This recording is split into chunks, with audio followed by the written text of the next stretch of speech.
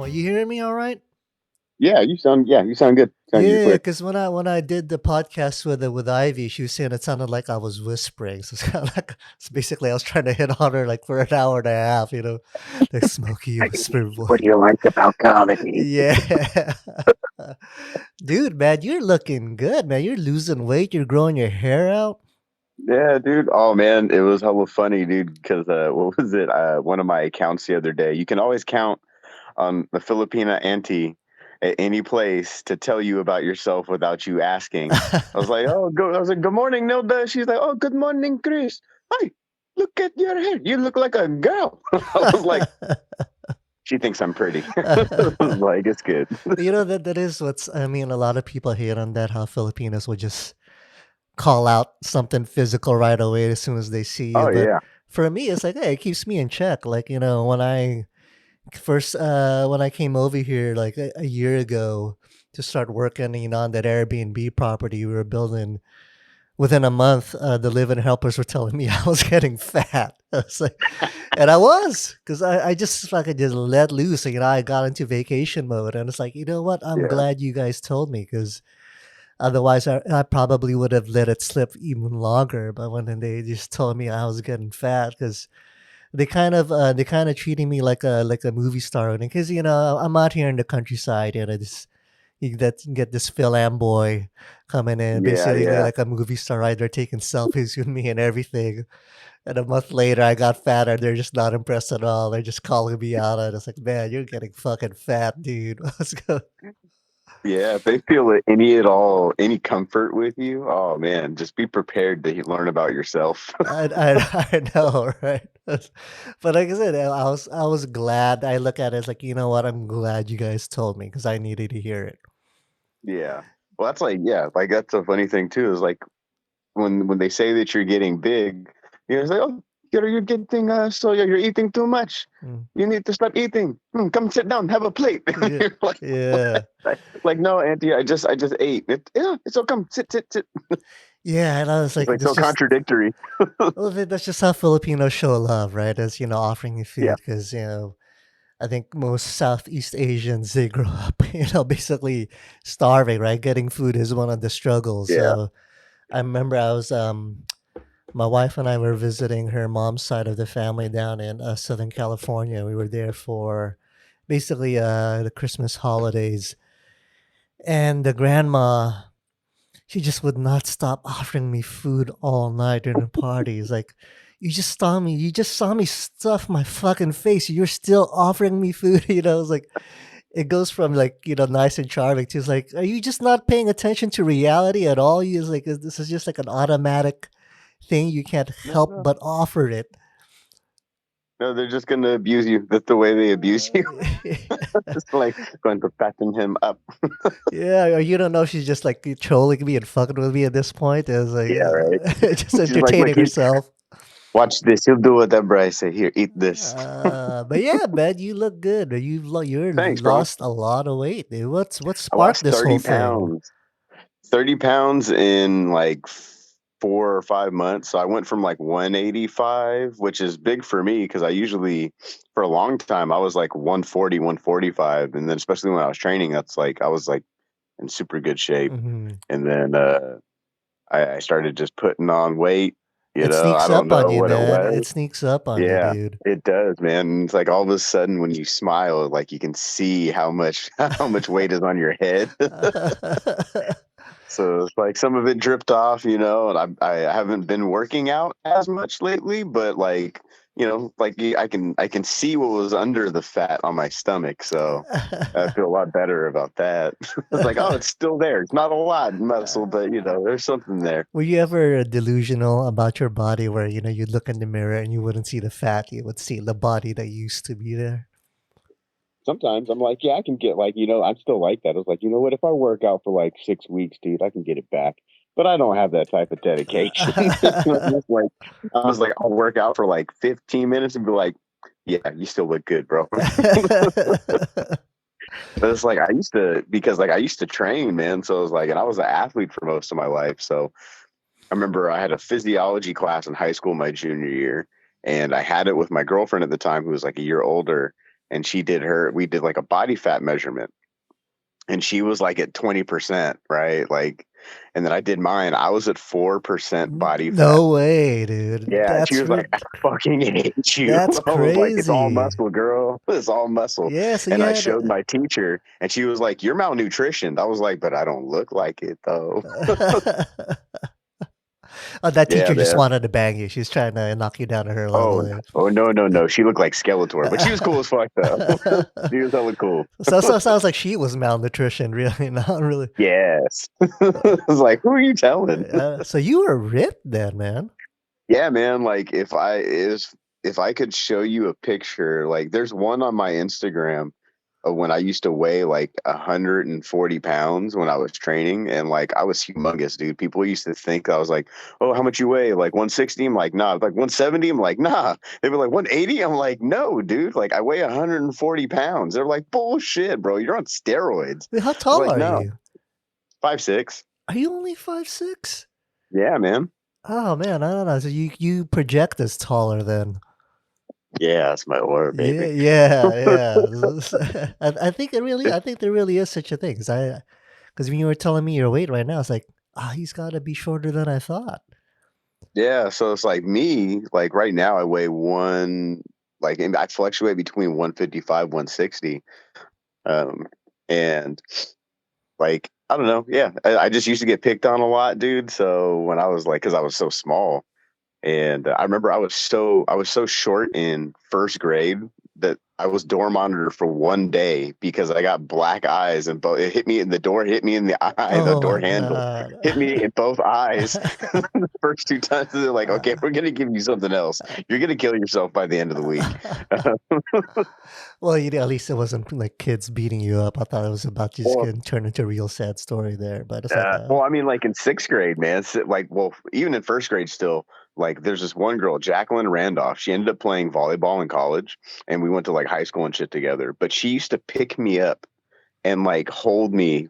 We're in the same classroom, by the way, in uh, first grade, uh-huh, and she would call me Little Pumpkinhead uh-huh. because It's, that's what our PE teacher used to do. I was like, but my classmate's doing it to me, man, and it's a girl. I was you like, know, she I probably used had to a feel crush so on you, helpless. dude.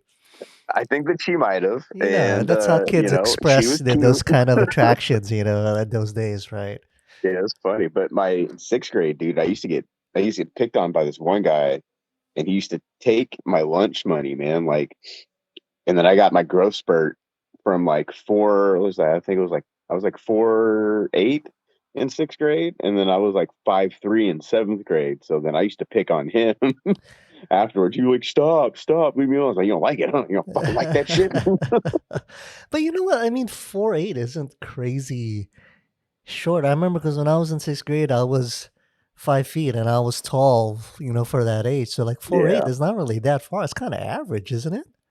I mean, I guess, but I was smaller than a lot of the kids in my class until seventh grade when I got to be like, like I wish that I Massive at got to be five 5'8". three. I wish that if I was 5'8", man, my life would be so much different. I could see over shelves and shit. Like it would be cool, but like I still have to climb them in my kitchen. Like all the cabinets in my kitchen, dude, don't have anything on them at the very top shelf. Even though I have like a step stool, when girls like, "Oh, hey, why don't you put stuff up there?" I'm like, I can't reach it. It's like that's why I have the rack here. It's accessible to my height. Yeah, how much did the height thing like affect your confidence as as you became an adult? I bet by that point were you just over it already? Yeah, I mean, mostly because like sports kind of helped me. Like, even though I was the smallest linebacker on the football team in high school, I was still all league. Oh Like, wow. it was funny because my senior year, when we played some newer teams that didn't know about me, and first half they would all run at me, and then second half they'd be running to the other side of the field because like I remember one game I had 18 tackles in the first half. Second half I only had 7. So it was because they kept running to the other side. They're like, "We're gonna run this little dude over," and then they couldn't, and then they were like, "Okay, we got to pick somebody else to go to," So it and sounds then we get like blown out. you got to work out a lot of those issues on the football field then and really Yeah, just take out that I mean, aggression. I used to pick on bullies, man, like people that would bully bullies, or like like people that bully people off, like, yeah, I'd start picking on them. It's like, oh, you don't like it, huh? You don't like when people pick on you? Because I remember what it was like when, I couldn't defend myself. So, it would be if I saw somebody that I liked that I thought was cool or didn't, that was getting some undue attention negatively, I'd say something or I'd do something. And one guy rubbed goose shit on his face, but like I just didn't like that. You say Granted, there were some goose people that probably goose say I was a shit? bully though. You say goose Yeah. shit? Yeah, Yeah, I I get that's dipped him on the definitely football like field and I rubbed elevated. his face in it. Well, look at you. I mean, that's if you think about it, it's quite amazing that you didn't let that trauma turn you into a dickhead. You kind of turned into like a Oh no. hero. I, I was still a dickhead. I used to do crazy shit. I used to do some wild shit, man. I was not always a nice person, but if you were my friend and I liked you, I'd be pretty nice to you. I would make fun of you sometimes because that's what friends do. But But you know what? yeah, I mean, man. that's kind of the way it is, right? Usually, like later in life, as an adult, I found the people who I find the coolest or like who are the most well-rounded, the most grounded, are usually the people who've been through a lot of shit growing up, and they just made Yeah. it past all their bullshit. You know. Yeah, I mean, but the height thing didn't really doesn't really affect me now. I just kind of deal with it, But I mean, that's why there's weight classes for fighting and stuff like that. But Yeah. like you said, you were 5 feet tall, so you were kind of tall in your class. Like, Well, you know what? did people pick on you for that? you're No, you're too no. tall. I wasn't that tall. Like I was tall, but I wasn't like the Jolly Green Giant or Yeah. anything like that. Like we know of. And I mean, I was 5'9" at 15 years old. You know, I thought I was gonna be over 6 feet. I thought all my basketball dreams were gonna come true. You know, all my Filipino basketball, and I just stopped growing at 15. Yeah, Damn. yeah. I I'm don't know. sorry, bro. I don't know what it was. Yeah, I really thought I was like, okay, you know what? I can probably at least make it to college level, basketball the Yeah. rest if I keep growing at this height. But I just stopped and everyone just kept, growing past me. It's like, okay, I probably got to Yeah. give up this basketball thing. It's just not going to happen because I was good, but I wasn't like at 5'9". You got to be like almost 1 in a billion good. Never forget about 5'3" Muggsy Bogues, man, Yeah, I know. And then or there was 5'8" yeah, Spud Webb, yeah, bro. Spideweb and Earl Boykins, right? 5 foot Yeah, nine. 5'6", Yeah, right? but those Yeah, guys are, 5'5". like I said, like those guys are probably like 1 in 100 million type of players, right? I was more like a one out of maybe 10,000. I'm like I was good. I could go on like any street court and either dominate or like be one of the top players. But it's like you got to be way more than that. You got to be killing all over the place. And I just realistically, that wasn't me. Now I want to see you play basketball, dog. Well, I mean, at this point, I'm 42. I've got no cartilage in my knees. Bush left shoulder's basically all worn out too. My basketball days are done. Really? You don't even go out and just shoot around sometimes? Nah, like, my knees can't take it. Honestly, Yeah, dude. dude. Yeah, my So body's what? broken, man. That's terrible. I'm sorry. No, because you know what? That's when you do all those things as you play like intense sports. You do a lot of weightlifting and did a lot of martial arts. Like all Mm, those things, basically, chip away at your body. And, I never thought about, like long term recovery, things like that. I thought I was invincible when you're young. You don't think about that kind of stuff. yeah. You don't think about it long term, mobility, longevity, taking supplements for recovery. I didn't do any of that shit. So now basically my body, I have the body of like a internal body of a 60-year-old in terms of my joints. This one, the doctor, I had like, cause my knee was giving me pain and I wanted to go get an MRI cause like I hadn't been able to extend my right knee for like 3.5 years.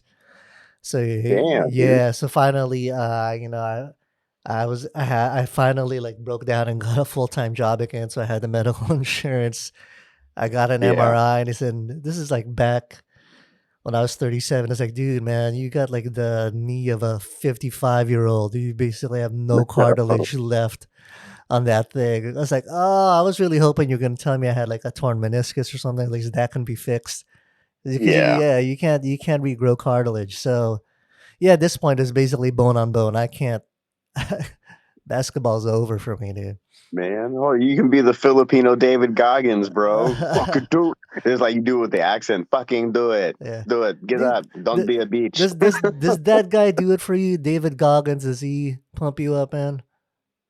You know, I hear the message, like there's some people that's a mental thing, man. Like some people really can push their thresholds, and that's what most of life is about, right? Is being able to realize what your limitations are and at least try to breach them.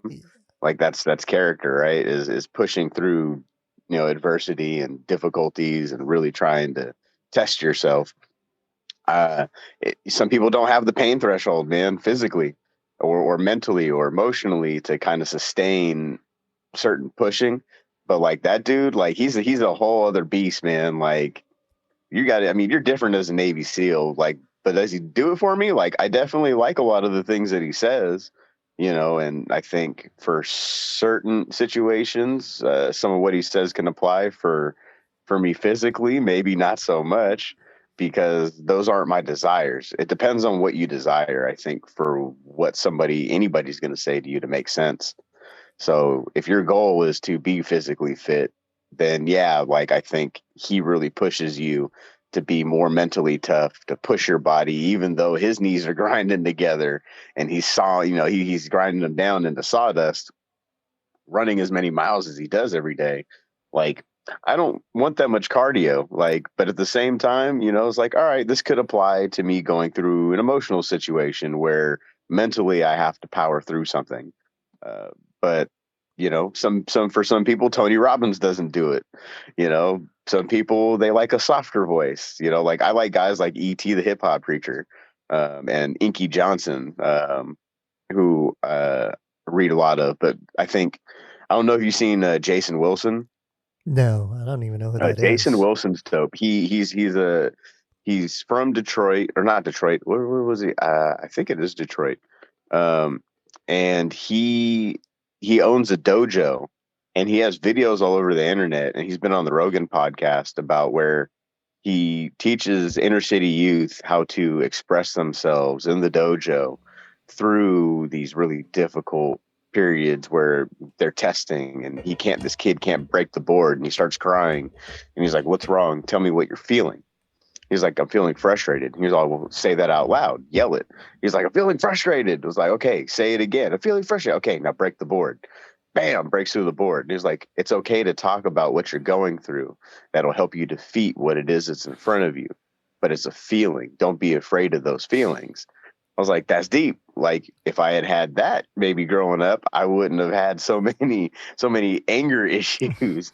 Um, I know, but it just you grew it up just depends on the Filipino, approach. dude, right? You don't talk Yeah. about emotions. Like they Why are you don't. crying? Stop crying. Yeah, I'll give you right. something to cry about. Yeah. No, but it sounds like this guy really he's taken martial arts training for kids to another level where he's Yeah. really imparting, like emotional life lessons that'll stay with them instead of just teaching like physical discipline and just, the rote stuff that you get at most martial arts schools, Yeah. right? He's taking it to the next level. That sounds really awesome, actually. It is like he even has there's one video of because he has the parents like to be he likes the parents to be involved too. And there's a video of a dad and his kid where he has the dad in the push-up position and he tells his son, he's like, "Hey, get on your dad's back. He's going to do push-ups with you on his back. Don't help him. Just hold on."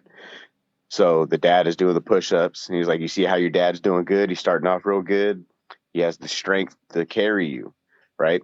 Now he's losing strength because carrying somebody is difficult when you're not getting any help. He's like, "How are you doing?" He was like, "Oh, dad's starting to struggle." He was like, "All right, now I want you to help your dad do these push-ups on while you're on his back." And he's like, "Sometimes we need to help somebody who's helping us." I was like, and he goes and does these really deep, he does these really deep Wow. exercises. And it's like, yeah, man, it does get hard to carry somebody, like you're going through that over there where it's like you're trying to put these Airbnbs together for your future. And doing it by yourself is difficult. But when you get the right help, it makes everything feel a little bit more, you feel a little bit more at ease when you get get help when you ask for it or when you need it, instead of trying to struggle through it by yourself and then become resentful that nobody's helping you. Well, I guess that's kind of where I'm to bring it back to David Goggins. That's where it almost kind of runs contrary to his message. Because I mean, mind you, Yeah. I've never read his books. I don't consume his material, that often. But like I think you broke it down perfectly. Where you say like, if you're at the gym, you have physical goals. Goggins is definitely the perfect dude. He's kind of like that old school coach, right? Like, come on, you pieces of shit, you guys, princesses, fucking push it, yeah. Yeah. And you grow up playing sports. That's what you respond to. It's like, yeah, yeah, I am a piece of shit. Yeah, I'm a princess. I'm not gonna be. You really start pushing it, I'm not right? gonna be no bitch. Yeah, right. So that I get, but like for me, like for life, like that kind of like tone, it just doesn't resonate for me because it just comes so much from anger. Yeah. You, Well, anger is useful, man, it depending on is. how you want to use it. Like I would use anger a lot during sports, man. Yeah, Like, but and I that's just like remember during my coaches. sports, right? But I Yeah. just feel like But if it's the also rest a of good life, metaphor. oh man, You can use it. You can use it to push you, like push you through some shit. Like you can be so mad about something that you can focus yourself in a place to where you finish whatever it is you need to finish, you know, depending obviously on what it is. If you're driving and you're pissed off, then obviously it's going to be a different result, but you can apply it to learning. You can apply it's like, I'm so pissed off that I can't learn this thing that I'm just going to sit down and I'm going to learn this thing and I'm going to spend hours a day doing it. Like frustration and anger, always they're all useful tools. Like I'm angry at my situation, so I'm going to do everything I can in my power to find little things to add value to what it is that I need to get to. Like if I'm not making enough money, then I'm going to pick up these extra jobs, or I'm going to do this extra work to do to get to that monetary level or that level of achievement that I want to get to, because you're mad about where you're at, because you're angry about where you're at.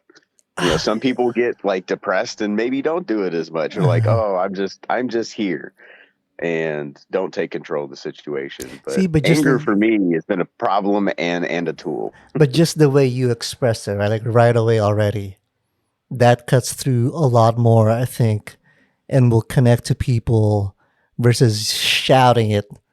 And Yeah, basically, like it's almost like you're still dealing with your own personal demons and you're putting it on other people. So when I say like yeah, it comes too much from anger from him, that's kind of what I'm talking about. Like what you said is totally correct, right? We can't use it as fuel, but I mean, the Filipino accent's really coming out. So you can use it as fuel. It's like, fucking, don't oh, worry, I know what you said. yeah, yeah, no, but like whereas like just when I feel like he's just constantly shouting, right? It's like Yeah, damn, do you need like a hug or something, man? It's like you dude, ain't got no his one in your story is life. deep, man. Yeah, he definitely needs a hug, that guy, bro. Yeah, so His that's what dad I was so abusive. yeah, that's what I'm talking about. Right? I feel like it's not even like motivational. I feel like he like the whatever like deep issues he's got deep down. It's almost like that's what I'm really looking at more than anything.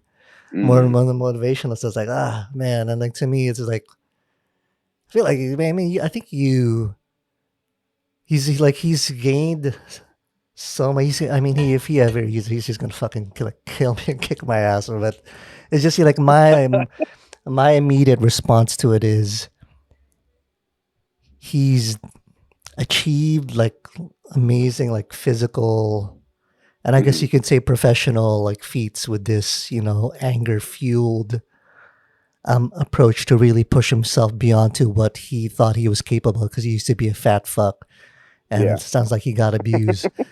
But it almost seems like he never really dealt with the core issues though. Then, like he propelled himself up to this level with this anger, but there's still all this other shit that you never really dealt with. You kind of just almost using this anger to mask it. And I haven't read his book. I don't yeah, know anything about it. I could be way off basis. It could just be me projecting my own shit. But that's just like my like visceral reaction when I see his shit on like Instagram. It's like, God damn, yeah. man. Have you read his books and like consumed his? I follow him on Instagram, but Uh, the way the algorithm works, I don't really see a lot of what he posts. uh-huh. I have seen him a couple of times on the Rogan podcast, and when you listen to him on there, you get definitely a better sense of where he's coming from, which is why it's like, okay, yeah, I get this. And Jason Wilson, who I love, is also on the Rogan podcast and really says some. They both say really amazing things, and I think the way that I kind of look at people when they talk about their stories or they talk about whatever their motivation is, it's easier for me to be like, okay, what can I use here that resonates with me, and not worry so much about where they're coming from. That's going to affect how it is I receive the message. So it's like you said, you used a good word, projection, right? So it's like typically when we're with anybody, we project our expectations, what we want to hear from them, hoping we hear from them, and maybe in our voice. And if it doesn't align with that, then it makes it harder to maybe accept. Um, and I try to just hear what they're saying that for me can be applied. So it's like, okay, when something like hits, like, because I've read Jason Wilson's first book, Cry Like a Man, and yeah, I cried reading the book. It's a intense story. And then I'm reading Battle Cry, which is a second book where he gives more step by step on how to become like a comprehensive man, where you're able to really understand and utilize your emotions and be able to be expressive, but not being controlled by those things. Like with David Goggins, it's like he talks about, it's like, yeah, it's on you. Everything is on you. So it's your choice really to make a difference in your own life and not rely on other people. But Jason Wilson is like, if you take the responsibility of working on yourself, it allows other people into your life to help you with the things that you need work on, and you help each other. So it's like they have different perspectives, and it really is just about, like doing the things that you love and doing the things that resonate with you and how you want to improve your life. Like the fact that you're out there doing what you're doing to make your life better, and, still doing the podcast and maybe not doing as much stand up, but the fact that you're going to set aside time to hit me up to talk about whatever we end up talking about, that's on us to do. Like we can wish it, but if we don't take the time to actually do that work, you're never going to get anything done. You're just going to be mad that you never did it. And you're going to look at other people and be like, why are they so famous? Or why are they so this and that? But it's just really about committing to yourself. I think that's the message with a lot of motivational speakers, committing to yourself and whatever your goals are, regardless of how they deliver it. Is Jason Wilson the one who, because you every now and then you post like excerpts from a self help book on Instagram, Yes. right? Is this Jason So Wilson? that so there's a daily devotional that I read that has one for every single day of the year. That one's in Yala Van Zant, and it's a book of daily motivationals for like people of color. So I'll post that, but then there's excerpts from a book, and that's from Jason Wilson's book, because that's what I'm like most currently reading. I usually read like 4 or 5 books at a time. Oh, Um, really? How do you like? I've never been able to do that. Where like it's like I need to finish something before like I move on. I could never jump back and forth, between a few different books because I just start like mixing them in my mind. oh yeah, Kind of. I guess if I'm reading ones like fictional, ones non-fictional, it'd be easier to keep it yeah. all separate. But it's kind of like the same thing like with video games. Like I can't be playing like a few video games at the same time. It's like I gotta finish this one first before I move on. I guess I'm more monogamous. is what I've said. I just can't balance it in my head. I mean, for me, it just kind of like sometimes I'm in the mood to read a Star Wars book. You know what I mean? And it's like, okay, like I want to read this. I want to be entertained. I want to have my mind lit up in a creative way where I'm seeing things because I'm reading the descriptions of these planets or whatever that don't really exist in reality, but I'm creating in my head. So it lights up that artist in me. And then reading, informational stuff like People's History of the United States is like I'm downloading information that I didn't have previously on other situations I'm familiar with. And then there's the self help stuff where if I'm like feeling a little turmoil or if I want to get some motivation or deal with the situation, then like I'll read, Jason Wilson or, you know, E.T. the Hip Hop Preacher or, like some of the other books that I have just to kind of balance me out. And I guess that's kind of why I've been able to do a number of things that I've done. But that's funny that you said just like I'm monogamous. I was like, man, I've had so many different relationships. I was like, that's hella funny, dude. I don't know, maybe it's reflected in being able to read so many books too, right? I haven't always been like this because I remember one time I was sitting at a job interview, and it's going really typical, and then she starts just asking me about my relationships and and like my scholastic pursuits, and I was jumping from one thing to the next, and then she just straight up told me, "It's like, Mike, I gotta be honest. Is like you got to look at it from my point of view, like." Why would I want to hire you when I see your relationships? You're jumping from this to that.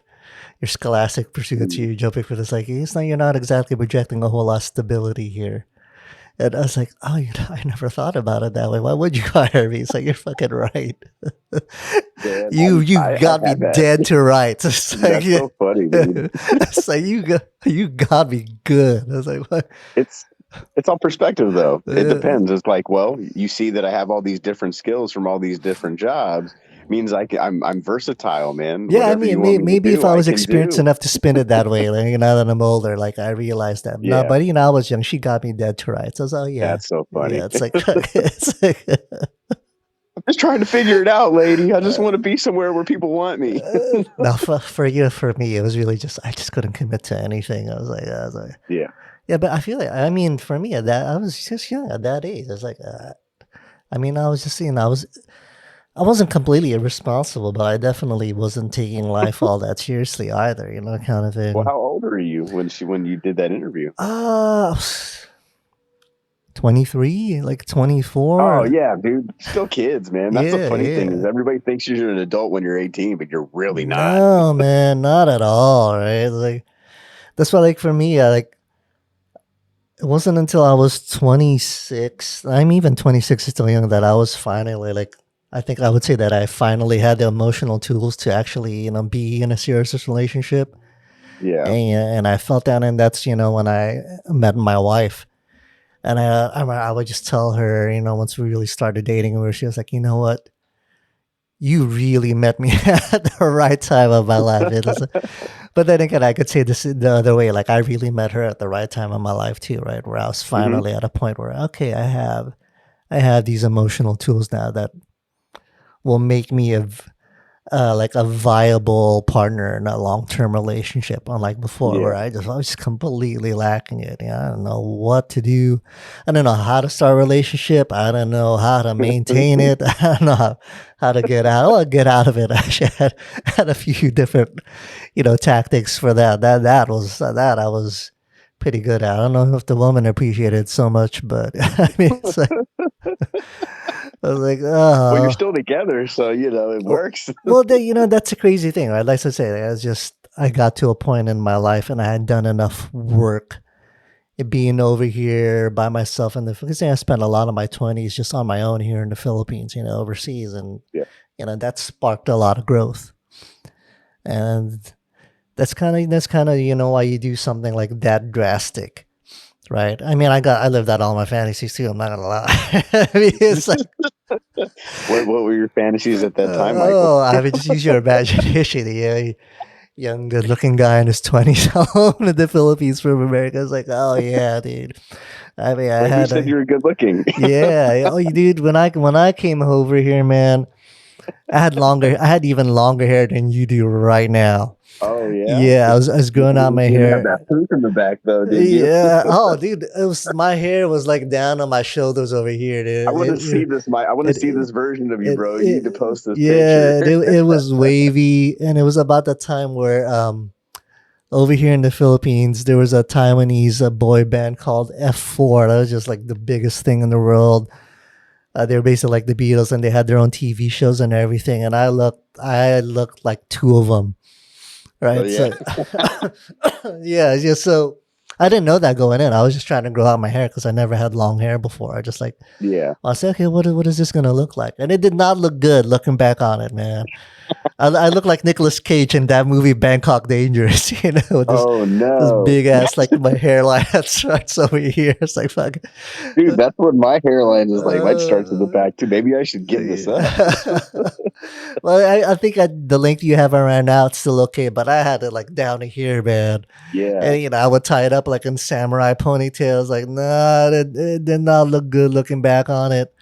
And that's when that's hella funny. yeah, I was that's when I was dabbling like with modeling over here because 5'9" in the states, that's average.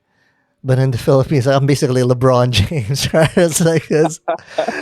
I mean, it's an exaggeration. And like, there's lots of tall Filipinos now, but I would still be considered tall here in Yeah, this country, right? So it opens up things like my legacy. I was in my 20s, like like, I had a good time, man. I was living out fantasies, but definitely like during that time, I got to like this point where it's like, man, I feel like I just cannot get into like a long term relationship. And it wasn't for lack of trying. I was just like, you know what? I just kept on failing at it. I kept on hitting some sort of emotional, I kept hitting barriers. I just kind of started to realize, you know what?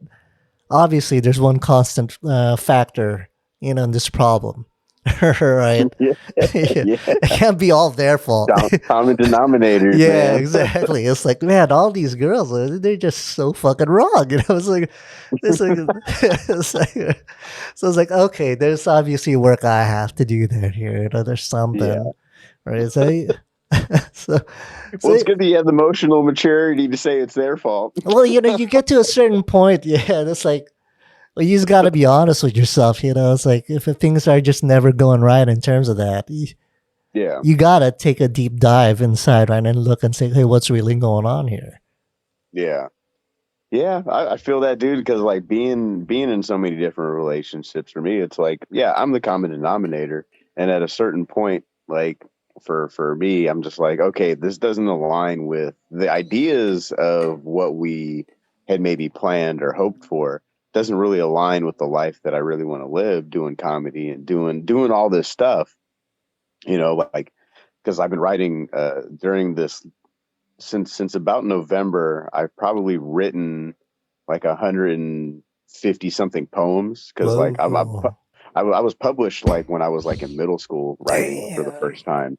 And I didn't even know that I was published. My teachers nominated me for some award and it got published.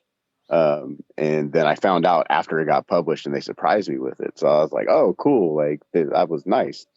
And like ever since then, I've just like written a lot, but like I've had a lot of inspiration over the last year, going through is like being out of work and then kind of you know being in a relationship and then being in in just like the situation where it's like things maybe aren't going the way that I wanted to, being, it's like, 'cause I just recently turned 39. So it's like I'm looking at all this stuff and like just I have to find ways to express myself, and like getting back into art, trying to teach myself how to play piano, writing music and stuff like that. It's like getting into all these different things. I've always liked everything that I was doing, but now at this age, just being able to do some of those things and being expressive is one of the things I'm learning. Is like I can't hold everything in, and I'm trying to apply that also to how I express myself in a relationship. Where before there's a lot of withholding, like things that like having unmet expectations because you didn't communicate them. So it's like, okay, you didn't do this, but did they know that they should have been doing that in the first place? Did I tell them that was something that I was looking for? So just yeah, having, like you said, the emotional maturity and understanding of ourselves, I think, is the biggest part. Is like very few of us want to be alone, but also we have to be with somebody that also aligns with where our life goals are, and whether or not we're willing to sacrifice those things to be with somebody that we're going to give stuff up for, or somebody we're going to grow with. So it's a little bit more difficult for me, because when people do see certain shows, like, oh, I don't like this about you, like, well, you knew this when we got together, so you either take it or leave it, but not maybe in those harsh terms. So it's just like, for me, it's a little bit more difficult, because the things that I want to do and the things that I'm trying to do require a lot of time. So not having the typical relationship, or where I can't have the regular type of job that allows me to just be at work. It's like right now, that's kind of what I'm in right now, is like, this job doesn't let me do comedy because of my hours. I wake up at 2 a.m. and sometimes I work 12 to 17 hours in a day. So it's like, I need to sleep at some point. So finding other ways to express myself artistically, where I don't need a stage to do it, where I can just create on my own. That's kind of been my focus for like the last like 6 months. Ah, so So that's being kind in of. relationships also is difficult, because the times that I'm awake and the times that I'm not. Mhm. Also, I guess that's where that kind of feeds into this kick you've been with writing poems then too. It's just, so it's writing poems because I've never been like a poet. I've just never had that muscle in my brain. So how does that, like? Can you explain to me, like, how does that like help you when you write a poem in terms of getting something out of you? And it's literally is it almost kind of like a journal where you just need to get these thoughts out on something instead of just holding on in and that's it, or like what's the pursuit there? Yeah, I mean, like, that's kind of it, is really, when you write something down, it doesn't feel the same as when you're thinking about it. Just like when you're thinking about something and then you say it out loud, then you're like, oh, that was crazy. Why was I thinking that? It's like, if I said that to somebody, how would they feel about it? Uh, but for the poetry thing, is like, I think, what was it? Chicken Soup for the Soul was like one of the first things that I had read, and there's a lot of poetry in there, a lot of really good stuff. And I was thinking, that was like around middle school. So like, I was always kind of shy about that stuff, because people get made fun of for like, oh, you riding your feelings down. Oh, look at you, Oh you little yeah, pussy. oh yeah. At It's that like, age, oh yeah, I shit. was like, oh man, like, yeah, dude, that's not mine. I don't know whose that is. Like, it has your fucking name on it. But I think now that it's more accepted to be that expressive about things, it makes it a lot easier for me to kind of do it. Because I used to listen to country music in high school, but nobody in high school knew that until I got out of high school. Yeah, It was how like, the hell yeah, did I don't that care what you happen? think. I'm gonna listen to this shit. I Yeah, love this. in the Bay Area, how Uh, does that happen, dude? yeah, it's like, well, my aunt my it was my uncle's fiance. They were together for like 10 years. But like, she was from Arizona, so she used to listen to country, and then Ah. she brought that around my parents, and then like, I'd be like, I hate country, and then there I was like, but I like this song. I was like, when I like that song, fuck, I like country, you know. So like, that's kind of how that happened. But for the writing, I've always been kind of like a fairly, I feel I have a lot of emotions, don't know where to put them. So writing it down has always been pretty helpful. And then I just get a little bit more creative, because it's almost like songwriting, like rewriting lyrics to a song. So like, writing lyrics to a song, like, I can freestyle stuff. Um, so like, when me and my buddy would get together, he play on his guitar, we would record some stuff, and like, one of my favorite things that I've ever written was just off the top of my head while he was playing. Wow. And um, like, I want to get that thing like recorded and really put down, like, where it's refined. And me and him just haven't been able to link up to do it. But I think poetry, I mean, like, poetry is a form of songwriting, and vice versa. So using both of those things, I think, kind of help express one of those muscles, the flex. That's just something that's always kind of been there. And I love music, man. Music's amazing. It makes you feel things, and makes you, it gives you a different experience to Man, what you were. having go on in your life. I feel like if you're like with everything that you're saying, this emotional like toolkit that you have, the poetry, you're like in a perfect position to bang college girls. It's like, it's like, oh, No, this man, guy could I just just put up want some one that wants numbers, dude. me. It's like, fucking, it's like You know, I like theoretically, I'm able to really put a lot of these things like together in words, which wasn't always my like. I'm pretty convincing as a person when you talk to me for certain shit, and um, like people like my personality, women like my personality. Why? Because I treat them like human beings, and I'm not over there trying to fuck them all the I time, don't. you That's know. such But an if it alien happens, concept I'm for a not lot of mad. guys, man. That's such an alien Like, concept. well, that's what's weird about comics, bro. Is like, oh, this chick, they act like they've never seen a woman before, and that's why they will never fucking get the one that they want. Is because they treat all women like that. So it's like, why do I get to date the women that I date? Just because Uh, I treat them like human beings and I give them the space to like kind of be themselves, and then they can be themselves around me. And that's like, all right, that's cool. And then, you know, the difficulty sometimes is when I'm myself around them. They're like, you are a lot. I'm like, I know. I live with me. well, I mean, to be fair, if we're using comics as our data pool, right? It's like, Oh, we're the worst. yeah, exactly. You know, we're all fucked up. That's why we're doing it, right? Especially like in terms of like having any sort of like social toolkit. It's like, oh my god, you just forget about it, and then you take a room full of what's usually like 99% guys, and you bring in and Yeah. like a even remotely attractive girl in that setting, right? Oh, forget it. It's like, It's like, oh, yeah, I'm going to tell her what I'm thinking. No, don't say that. We've heard your jokes.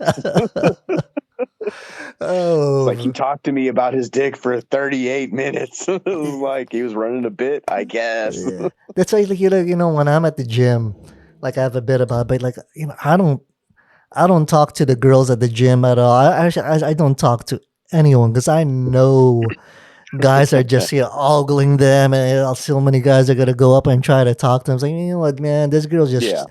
just here to work out. I mean, there's some girls who are obviously there to get Just attention. there. Yeah, Yes. yeah, but Yes. you know, but like for them, for the most part, I just really I leave women alone. It's like I'm not, you know, I just gonna let them do their thing. I'll try my best Well, you not to look better. in their You're married. direction. Dude, I mean, you know what? Look, it's like, I am. I'm not gonna lie. I am only human, right? I mean, Yeah. this is the one thing. You know, that's the one thing I learned about being with my wife for so long, and when you know, even just like the first few years in our relationship is like when you're committed to someone. Like loyalty is not about not being attracted to other people, right? Because like, just because you're with someone, it doesn't mean you stop being compatible with other people. It just means you don't do anything about it. Yes. Right? That's Yes. what it is. You know, it's like, Yeah. yeah, because you know, when growing up, when I thought loyalty was like you just don't even look at other people. You're just not attracted. You just love this person so Yeah. much that you don't even feel that thing. For me, it's like, no, it's not that. It's not about that at all. You're only human. You're gonna find other people attractive, and sometimes you meet people that you're super compatible with, and there is chemistry there.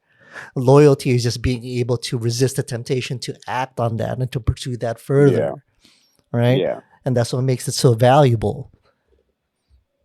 Yeah. I mean, that's a really good point. And I think the hard thing about dating, especially now, is the accessibility to people. Like the dating apps took it to another level, Oh right? So yeah, it's like the dating apps, it casts a net over a section of human beings that you never would have met any other way.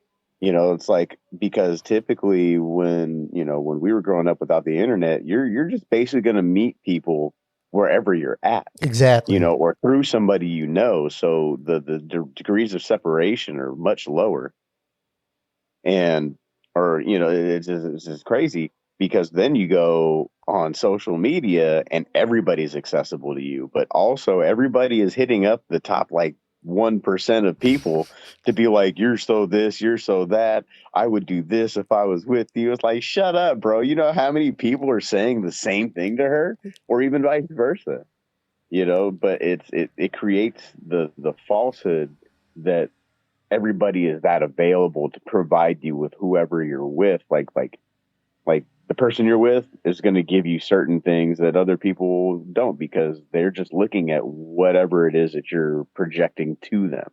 You know, whether it's for you or whether it's for attention, it just really depends on what you're showing people. And when you see the full scope of a human being, and their nakedness and their vulnerability, then you're like, that's when you know whether or not you really care about this person. Because then you see the ugliness and then it reflects back your ugliness. And you're like, wow, can we deal with what we look like this way? Or is this something that we don't want to do together? And then it goes back into how much we value ourselves and how much we value our growth. So what are the things that we're willing to work on that we know we need to fix, or are we going to make excuses for them? And the younger generation is like, I see some of these videos with some of these dudes and some of these chicks out there on the street getting interviewed, and things that they say, like, it just blows my mind. It's like, I don't want to date anybody younger than me because they really are scary. It's just how nonchalant they are about how treating people makes a difference in their lives. These people are either going to be alone or they're going to stay in toxic relationships their entire life. What You would know, they say that would oh, signify that?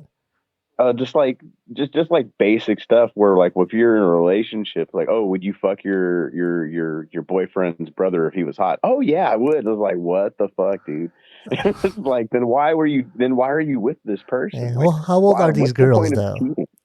Oh, they're in their 20s, man. Like, and I Yeah, get I it, mean, but yeah, at the same time, like, I'll send you some of the videos, dude, and just the shit that they say is so wild, man. It's like I can't like recall anyone in particular, but like it's just the way that social media allows for people to really think that like there are more fish out there, and there are, if you're fishing with a goddamn trash bag, because a lot of it's garbage. It's just like they're not developing themselves; they're just developing their aesthetics, not necessarily their being. And it's you can, just because you post some quotes that you saw that resonate with you doesn't mean that you're actually that light that you're posting about. It's like, you were kind of a terrible person. I see how you treat people. you know what? So You just clarified something for me because I've been with my wife for, see, if I'm 42 and I'm like, we're going on 17 years, right? damn, I never really, I never got to dabble in like, in, these like dating apps and, these dating websites. yeah, But I always like want, like to me, because like you said, we come from a generation where none of that existed. yeah. So I always just kind of thought like, how the hell can anyone still be alone at this point? When like you got all the tools at your fingertips, to really put the numbers game in your favor. But you just kind of explained this like, It's the illusion of it's, choice. yeah, it's the illusion of access and choice because like you said, all it does is it just brings even more guys going to all the girls that we Hmm. want. It just creates an even bigger barrier that you have to Yeah, get through versus before when none of that existed. You see that girl right there, the barrier is just you going up to her and whether or not, there's going to be connection and like that's it. Right. yeah. Versus having to go through like, I'm sure like a wall, a ton of like a wall of other guys trying to hit up, the same Oh yeah. girls. Right. What's gonna set you aside? What's gonna make you Ye- different? But also, I think like when people meet in person, that's the difference, right? When you're looking at a screen, you don't get a lot of things. There's not a lot of experience that you get of a human being when you're just looking at their social media. When you're in person with somebody, then you can really tell, is like, is this person appearing to be a good person, or are they actually a good person? What is their real concern here? And like, yeah, dude, like you'll meet some people and be like, yeah, this ain't it, dude.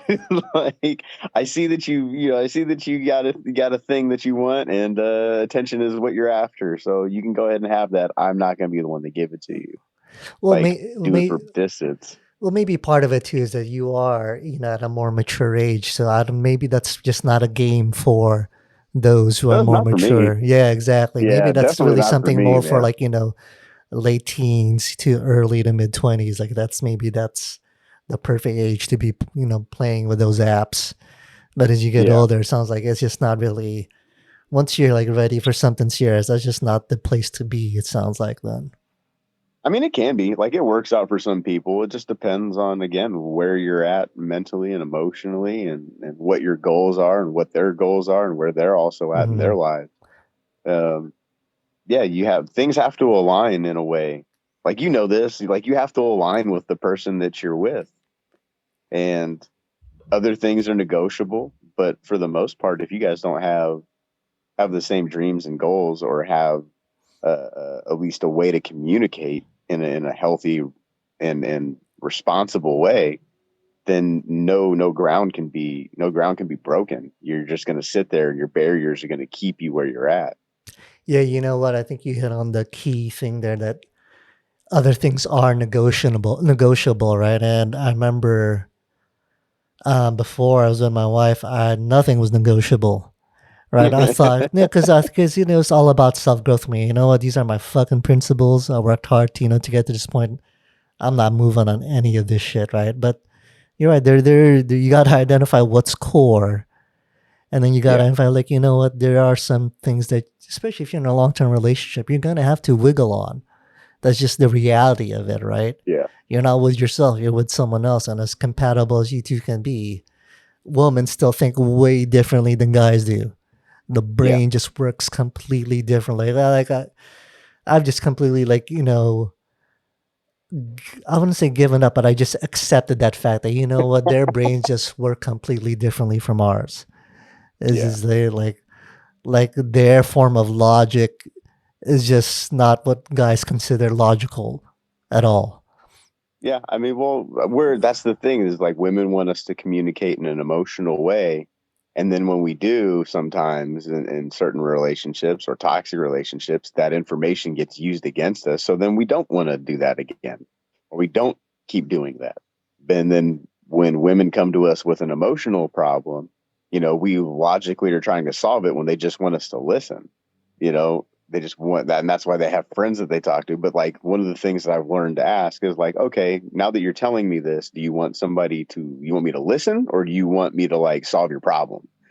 You should Because just know, Chris. Why are you asking yeah, me? you should just know. But that's the thing is like people make so many assumptions, right? It's like I'm gonna assume that you know everything that I want because we've been together for so Yeah. long. Stop But it's like, asking me. nah, Just dude, do the right right? thing. And I was like, what's the right thing? We don't see things the same. It's like we're both different humans. And explaining that is painful to some people, like, but I don't know. I think it's worth it. If the person's worth it, then it's worth it to have the It's worth conversation. it, but I'm telling But you, man, as long as it's so difficult, really. Yeah, I know exactly what you're saying, yeah, man. Like we think so differently like, about it. yeah, take it from someone who's been with the same woman like 17 years and we're super compatible. Like that whole thing about, having to read their minds and them just telling us Yeah. what they want, like it improves, but it never goes away because, like I said, our Oh brains are yeah. really just wired differently. Yeah. Yeah. I mean, especially if we've gone through emotional trauma, and the person's in survival mode constantly, Oh where they're yeah. trying to protect themselves instead of open themselves up. And the fact that they do like open themselves up at all is like a big deal to them. It's like because being open is scary. It's like, oh, I'm vulnerable. They're gonna hurt me. It's like everybody's gonna hurt you. It doesn't matter. Like we're human. We all make mistakes and we have different thoughts about it, just like you're saying. The funny thing is when you do meet somebody who's willing to actually kind of like drag their belly across the glass and be like, okay, this is me, man, and I'm trying my best to fucking to show you that I'm here for this. But it's also a scary thing because even if I do this, I still could get hurt. Like pain, like I think that's where David Goggins talks about, like, is like, regardless of what your situation is, you're always going to experience pain. It's inevitable. Just go through it. The more that you worry about the pain, the less that you're going to get things done. So it's like, you're going to hurt. Just do it. It's going to hurt anyways. It's going to hurt more if you don't do it. Yeah, I guess the avoidance of pain is a big thing, right? Yeah. I And mean, that causes more regret. yeah, I mean, I think we can all relate to that. I mean, I definitely, was afraid to and not just go after. I don't want this whole conversation to revolve around gotta get girls. But I think in general, I We just brought it back to David Goggins, yeah, I man. It's know. fine. No, I think just the fear of rejection in general. That let's just say that, right? Yeah, That prevents yeah. a As lot of artists, we experience people. that a lot. Yeah, yeah. That just prevents a lot of people from pursuing things, and I think for me that's where, because my whole adult life has really just been about creative pursuits. I was a videographer, I was an actor at a certain point, and it's Yeah, like 99% rejection, right? So it is. it kind of like built that thick skin for me when it came to that stuff, because yeah, you learn real quick. Okay, this is just a part of the ride, and if you don't know how to deal with it, if you can't develop some sort of healthy way for you to deal with it, you're not gonna last, right? Yeah, But you're also never gonna reach the heights you want if you let it stop you from trying. You gotta at least try, right? yeah. One of the things, like like Jim Carrey, like it really is like surprisingly insightful and motivational. He kind of went from this buffoon to a serious actor, and now he's almost kind of like a philosopher these days more than anything. He does a lot of painting, Right. but He's been through a lot of yeah, shit. he has been like when you tell me Yeah, like in his childhood, right? And he never finished yeah, high school, like what his family had to go through growing up, not having a place to live. And no, but he talks about what happened to his dad, where I don't know if his dad was an accountant, but basically he was this super he basically worked a 9 to 5 at a job he didn't like just to support his family, and then the company let yeah, him go, right? And then to Jim Carrey, he said that's when he realized, oh, you can absolutely fail at something that you don't even want to do. So it's like, well, if that's the yeah, case, you might as well go after something that you actually do want. Then it's like, fuck yeah, it, you're gonna fail either way. Why not just go after what you want? It's like, oh, okay, yeah, that's a great way to look at it. yeah. I mean, I read a lot of Bruce Lee books, and like he's a philosopher and a poet, because like he studied philosophy in college, and like one of the things, one of the quotes that he had was like, shoot for the if you shoot for the heavens, you'll end up in the stars. So it's like always aim higher, because even if you miss your mark, man, you'll reach heights that you wouldn't have gotten otherwise. And I think as comedians and as artists and as fairly expressive people who are having these creative pursuits, like one of my art professors in college was like, give yourself permission to fail. Like just say that's okay. Like our biggest fear as artists is having somebody say, we don't like that. We don't like what you did. Like when you put your painting out there and it's very personal, it's like we don't want to hear people say that they don't like something we did. But at the same time, it's not for them, it's for us. And if people like it, then great. But we have to like what we're doing. Yeah, that's funny. You make me think of this one dude who came up to me after it was actually as after an open mic in Livermore, but this was one of those. I don't know if you've Oh, ever so Michael's no, no, Michael's no, Mike. no. Oh, you know what? It wasn't Livermore. I think it was Concord. It was Dave Coker runs a great Mhm. show and open mic over the Epidemic Ales, right? They always get a Yeah, good yeah, turnout yeah. of Dude, that's actual a audience. really good show. Yeah, Yeah, so basically, yeah, I've done a show, and then the open mic was kind of almost like a show too, because there's still an audience there, and they really turn yeah. out. And when the last time I was back in the states there, back in June, that's the first place I hit up, and I remember this dude came up to me, like just complimenting me. He really liked my stuff, and as we get to talking, it turns out he's such a big comedy fan, and he's got his own material too. But he's just like telling me like, I feel like my stuff is just it's too like risque, too like not unpolitically correct. I just sort of like, well, man, like part of me wanted to say is like, hey, dude, I told him, you know what, none of that shit fucking matters, man. Like, look at this shit Yeah, I say. You just fucking do. Like I told him, you know what, I've said like I said some of like the most unpolitically correct shit like in San Francisco and in Berkeley, where they say like and like I've never had a problem. I told him, yeah, sometimes they won't ride with it. Who gives a shit though? It's like yeah, fucking yeah. So it's like the fact that it's like when I hear him, it's like, oh, you're probably never gonna do it then, dude. If yeah, you're already like thinking that you haven't even tried it, yeah. I mean, and that's okay. So, Yeah, sometimes that yeah. pursuit I isn't didn't call for him out people. on it like that. I Yeah. was just like, oh, okay, and then just start fucking like tearing Like, him down why right not, there. Mike? Why didn't you want to Yeah. hurt his feelings? It would have been great. It would have been an amazing moment. You could talk about it on stage. Oh, Yeah, you're a fucking pussy. The yeah. guy's a I was pussy. gonna just tear the guy down, but then, like in my mind, I was just already like, okay, this guy's probably never even gonna try it. Then if he's already Yeah, I thinking mean, like like that's that. you point him towards Anthony Jeselnik, Uh, like that guy's risque. Yeah, He yeah, does some crazy shit. yeah. You'll be all right. There's a room for everybody, man. And if you're funny, then like, yeah, cool, man. Like someone will like what you're doing. But if you're not funny and it shows in multiple rooms, then maybe it's not for you. Maybe you should do something else with that. Maybe you should write a script with it. Well, that's an interesting thing, right? How long can a comic go without basically not improving and not being funny, where you feel like, what, at this point, man, you gotta move on. It's just not there. Yeah, I don't, man, that's a hard question, dude. Because I'll tell you what, man, like lately, like I haven't been writing as many jokes. So like I'm just recycling through some older ones and just kind of trying to improve upon some of those. Yeah. Uh, because like I just haven't had the time to go out and really work on anything. So I will try stuff at shows, and when it doesn't work, I'm like, okay, I'm just gonna move on. Like I did some jokes about Lahaina, because I used to live out in Lahaina and I have family out there. So like, and they lost their houses in the fire. So one of my jokes was like, oh, I was like, yeah, I got family out there, and they lost their homes, but don't worry, those places were terrible. They're about to get new ones. Thanks, FEMA. And the people are like, like, hey, man, it's my family. Like, what are you mad at? Like, I live there. But I have a couple other jokes about Lahaina, and they're like, oh, that's funny. I'm like, okay, guess we're not using the burnt house one. Got to work on that one. Yeah. Yeah, it's crazy when I saw that all that Lahaina stuff.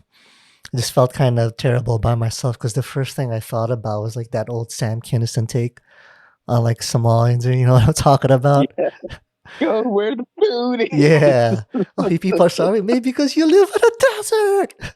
So I was like thinking Well, of that's the Lahaina. hard part, Well, man. maybe you guys, The because you guys live in a volcano. It's like, Well, no, that's the well, yeah. I mean, it's not active, but the one on the Big Island is.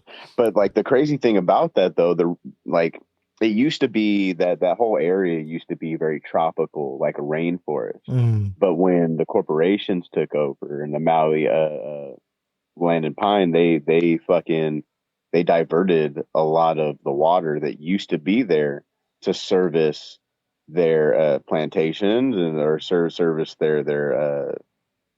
their companies and then service the hotels that got put in. So it got dried out.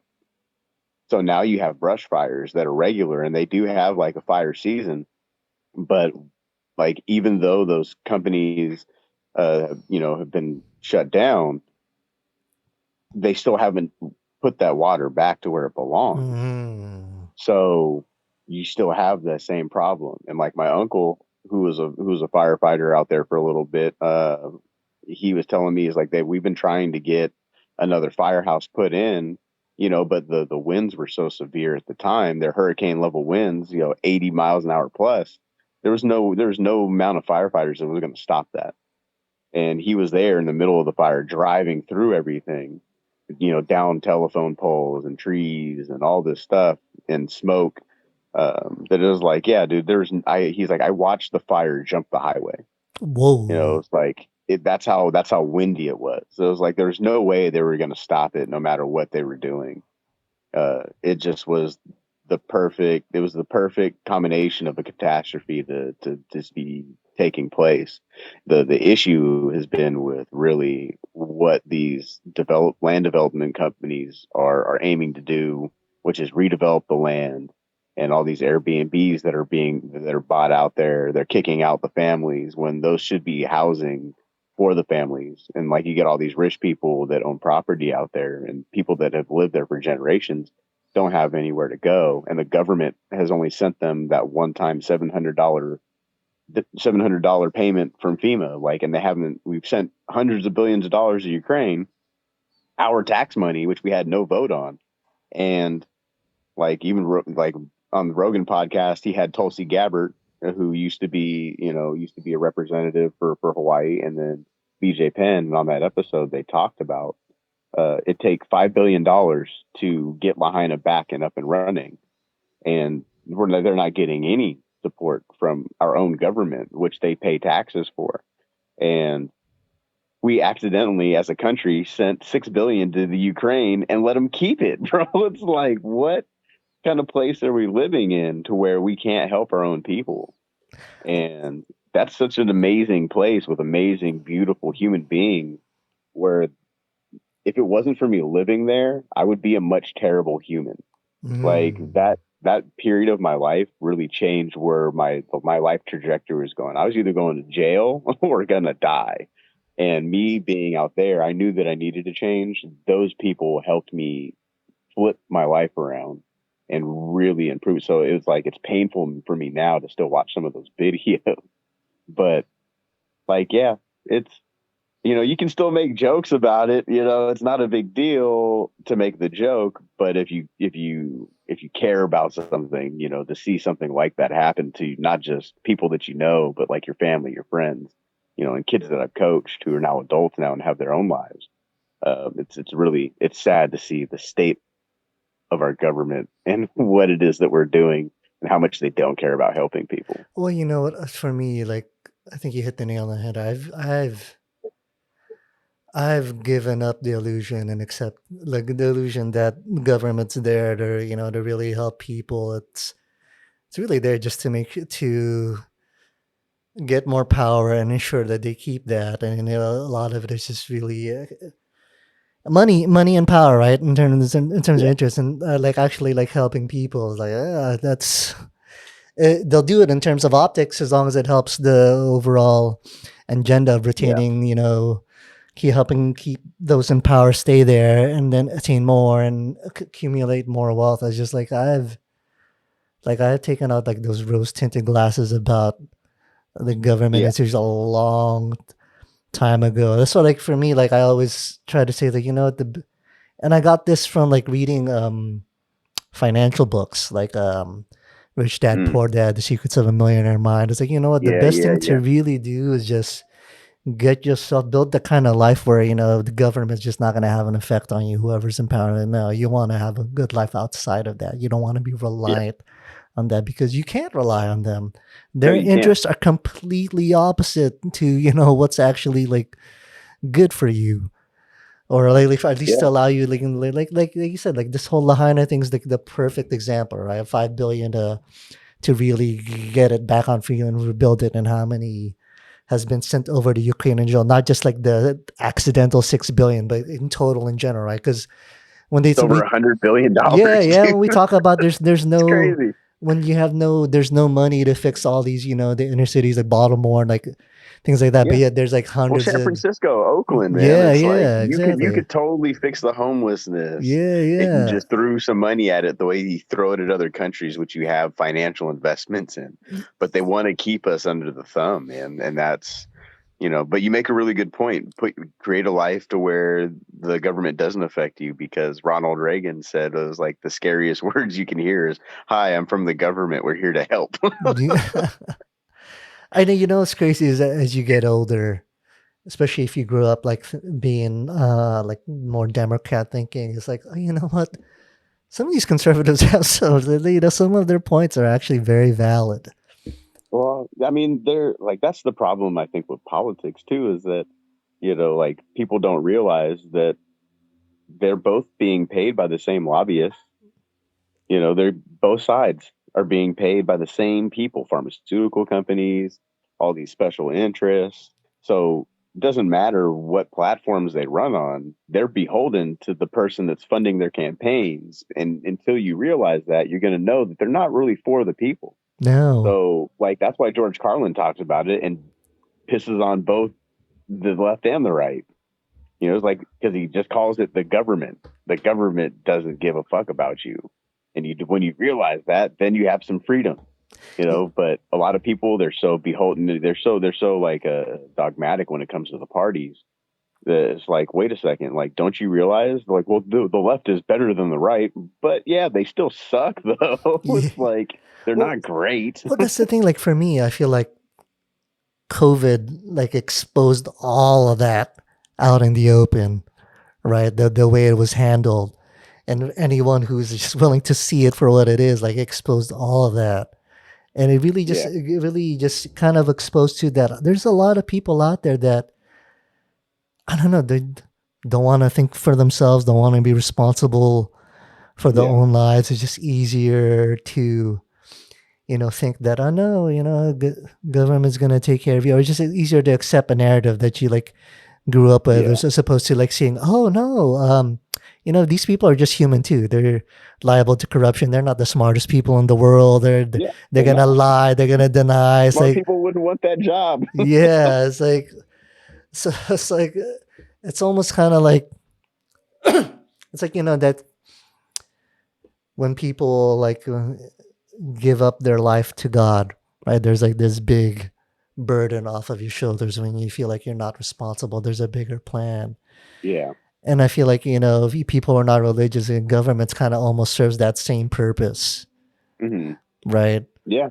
Well, if people don't want to think for themselves, man, like what was I think Helen Keller was like, yeah, people don't like thinking because thinking requires you to come to solutions, and solutions are not always pleasant. Yeah. So it's like, yeah, man, like you have to take a certain level of responsibility for your life, and some people just want to be told what to do because that responsibility is too much. So yeah, man, I get it. Like, I don't want to have to deal with the shit that I deal with day to day sometimes, but I would rather be mad at myself than mad at somebody else for not taking care of it. Well, you know what? It is a hard thing to accept that maybe your life sucks because of you, right? Yeah, It is, right? If you think that'd about be a it. good T-shirt. Yeah. I think for a lot of Your people life that's sucks hard. because of you. Yeah, because in a lot of ways, like if it does suck because of you, I'm sure they're just like, fuck, well, is there any way out of it? Is this just kind of like my ceiling? I haven't really, done any sort of development of myself, my skill set, to really get out of this. So it's like, that's a hard thing to accept. Let me ask you this: what do you think the purpose of life is I don't know. I for don't, you? for me, honestly, is not having a full-time job for me personally. It's not really. That's why I never lasted. Yeah, I last like a year, and after a while, after like a year, I'm usually like, man, this just feels wrong to me that this is how I'm using my existence. I need to ask permission if I want to go and have some fun somewhere. Like I'm a yeah, goddamn adult and someone else is in, like basically owns. Well, they don't own it, but they're leasing my existence, yeah, right? And it just feels wrong to me. I mean, I know there's a reality in terms of, look, you gotta put food on the table. You gotta put a roof over your head somehow. And some people are really fine throw with your that. food. Yeah, yeah. Some people like I mean, I always wish I could be a 9 to 5 guy and I'd be okay with it because I feel like life is so much easier. It And is simple. being a 9 to 5 You don't have to guy, think. you don't. But that's just for me. That's not who I am. I just can't vibe with that. Yeah, So it's like, so lately that's why I'm doing this, whole Airbnb thing. Like, luckily we had enough funds, to pursue this, and doing it in the Philippines makes it more affordable, right? It's like mhm, creating a way of, a good stream of passive income, so I don't have to be beholden to any. Because when you're working a full time job, all you're doing is making the other people rich. You're using up yes, your existence to make other people rich. Well, I would rather use up my existence to make myself rich. That this, to me, yeah, that's what it comes down to. And that's it's been a tough thing figuring out how to actually function in the world as an adult, as a married adult, with that kind of yeah, mindset. Because you know what, man, it's not really good for marriage.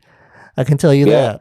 It's it's not it's not the ideal mindset to have going into marriage, but you Maybe you know should write a marriage book but you or know do like what, a marriage podcast. yeah, but you know what, that's part of that is the challenge of it though, right? Is how do you take that? It's almost like it's an idealistic mindset, but how do you apply that to the real world? How do you apply that into a marriage? How can you still go after that while being with someone? And that's kind of what I've had to learn. But at the end of the day, I would still rather struggle through that than have a fucking full-time job where all I'm doing is using my existence to make the people at the top rich. Yeah, yeah. I mean, I think that you do a good job of utilizing your time, man. Because like I mean, what was the movie? Is Up in the Air, right, with George Clooney, Never and he seen has it. a line in there with J.K. Simmons when he's basically firing this dude because he works for a company that fires people for other companies, right? And he's like, how much did they pay you to give up on your dreams? He's like $89,000. It was like, there you go. Well, now you have an opportunity to go back and pursue those dreams.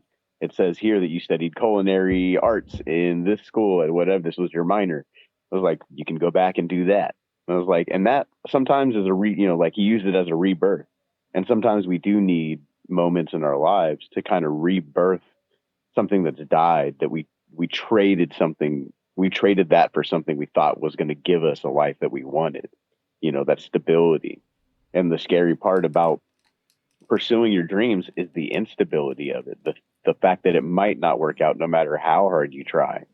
But I think in the pursuit of that, you create a lot of other things that you couldn't have gotten uh, had you given up on those dreams.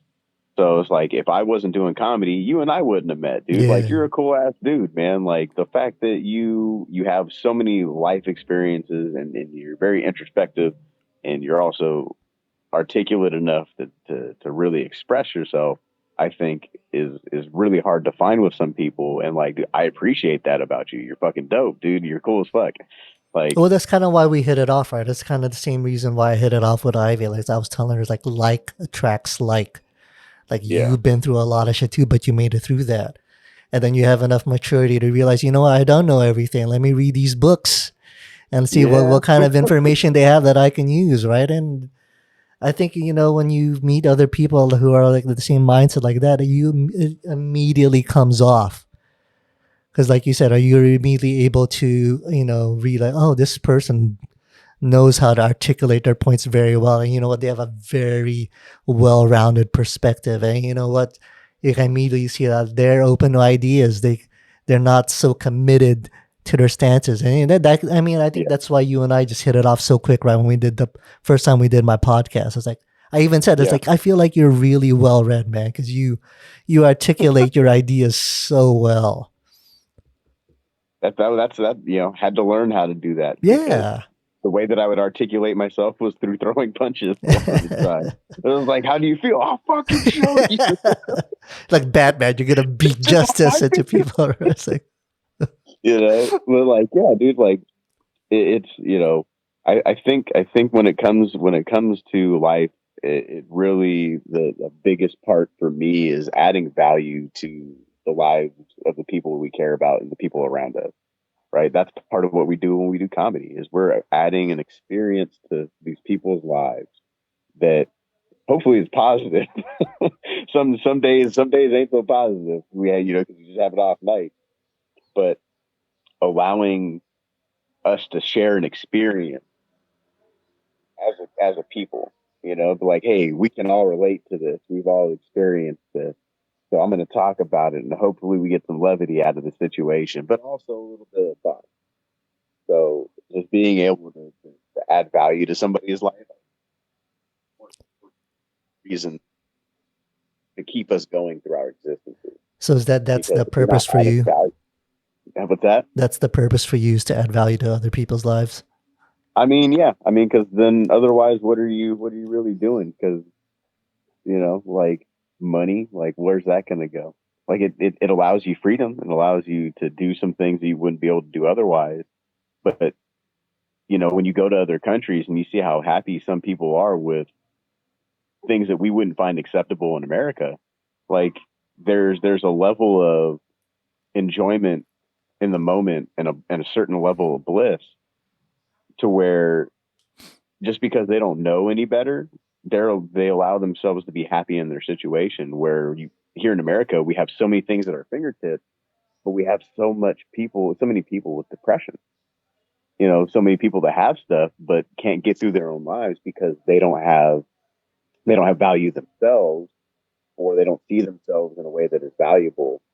Uh, and maybe they're not able to just get past whatever it is they've experienced in their lives or they've been through.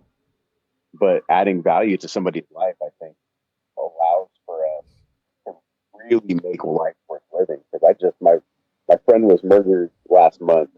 He was shot in the head in Oakland, Oh my and last weekend god. was the funeral on Saturday, and over 500 people showed up, and we all really had a very similar thing to say about him, which was every time you spent time with his name was Mike Jones, and his handle was the real Mike Jones because he was around before the rapper came out. And years since we were baseball team. The first time I ever won a championship was the baseball team I played on with him. Dude, you're That you're we, you're really cutting out.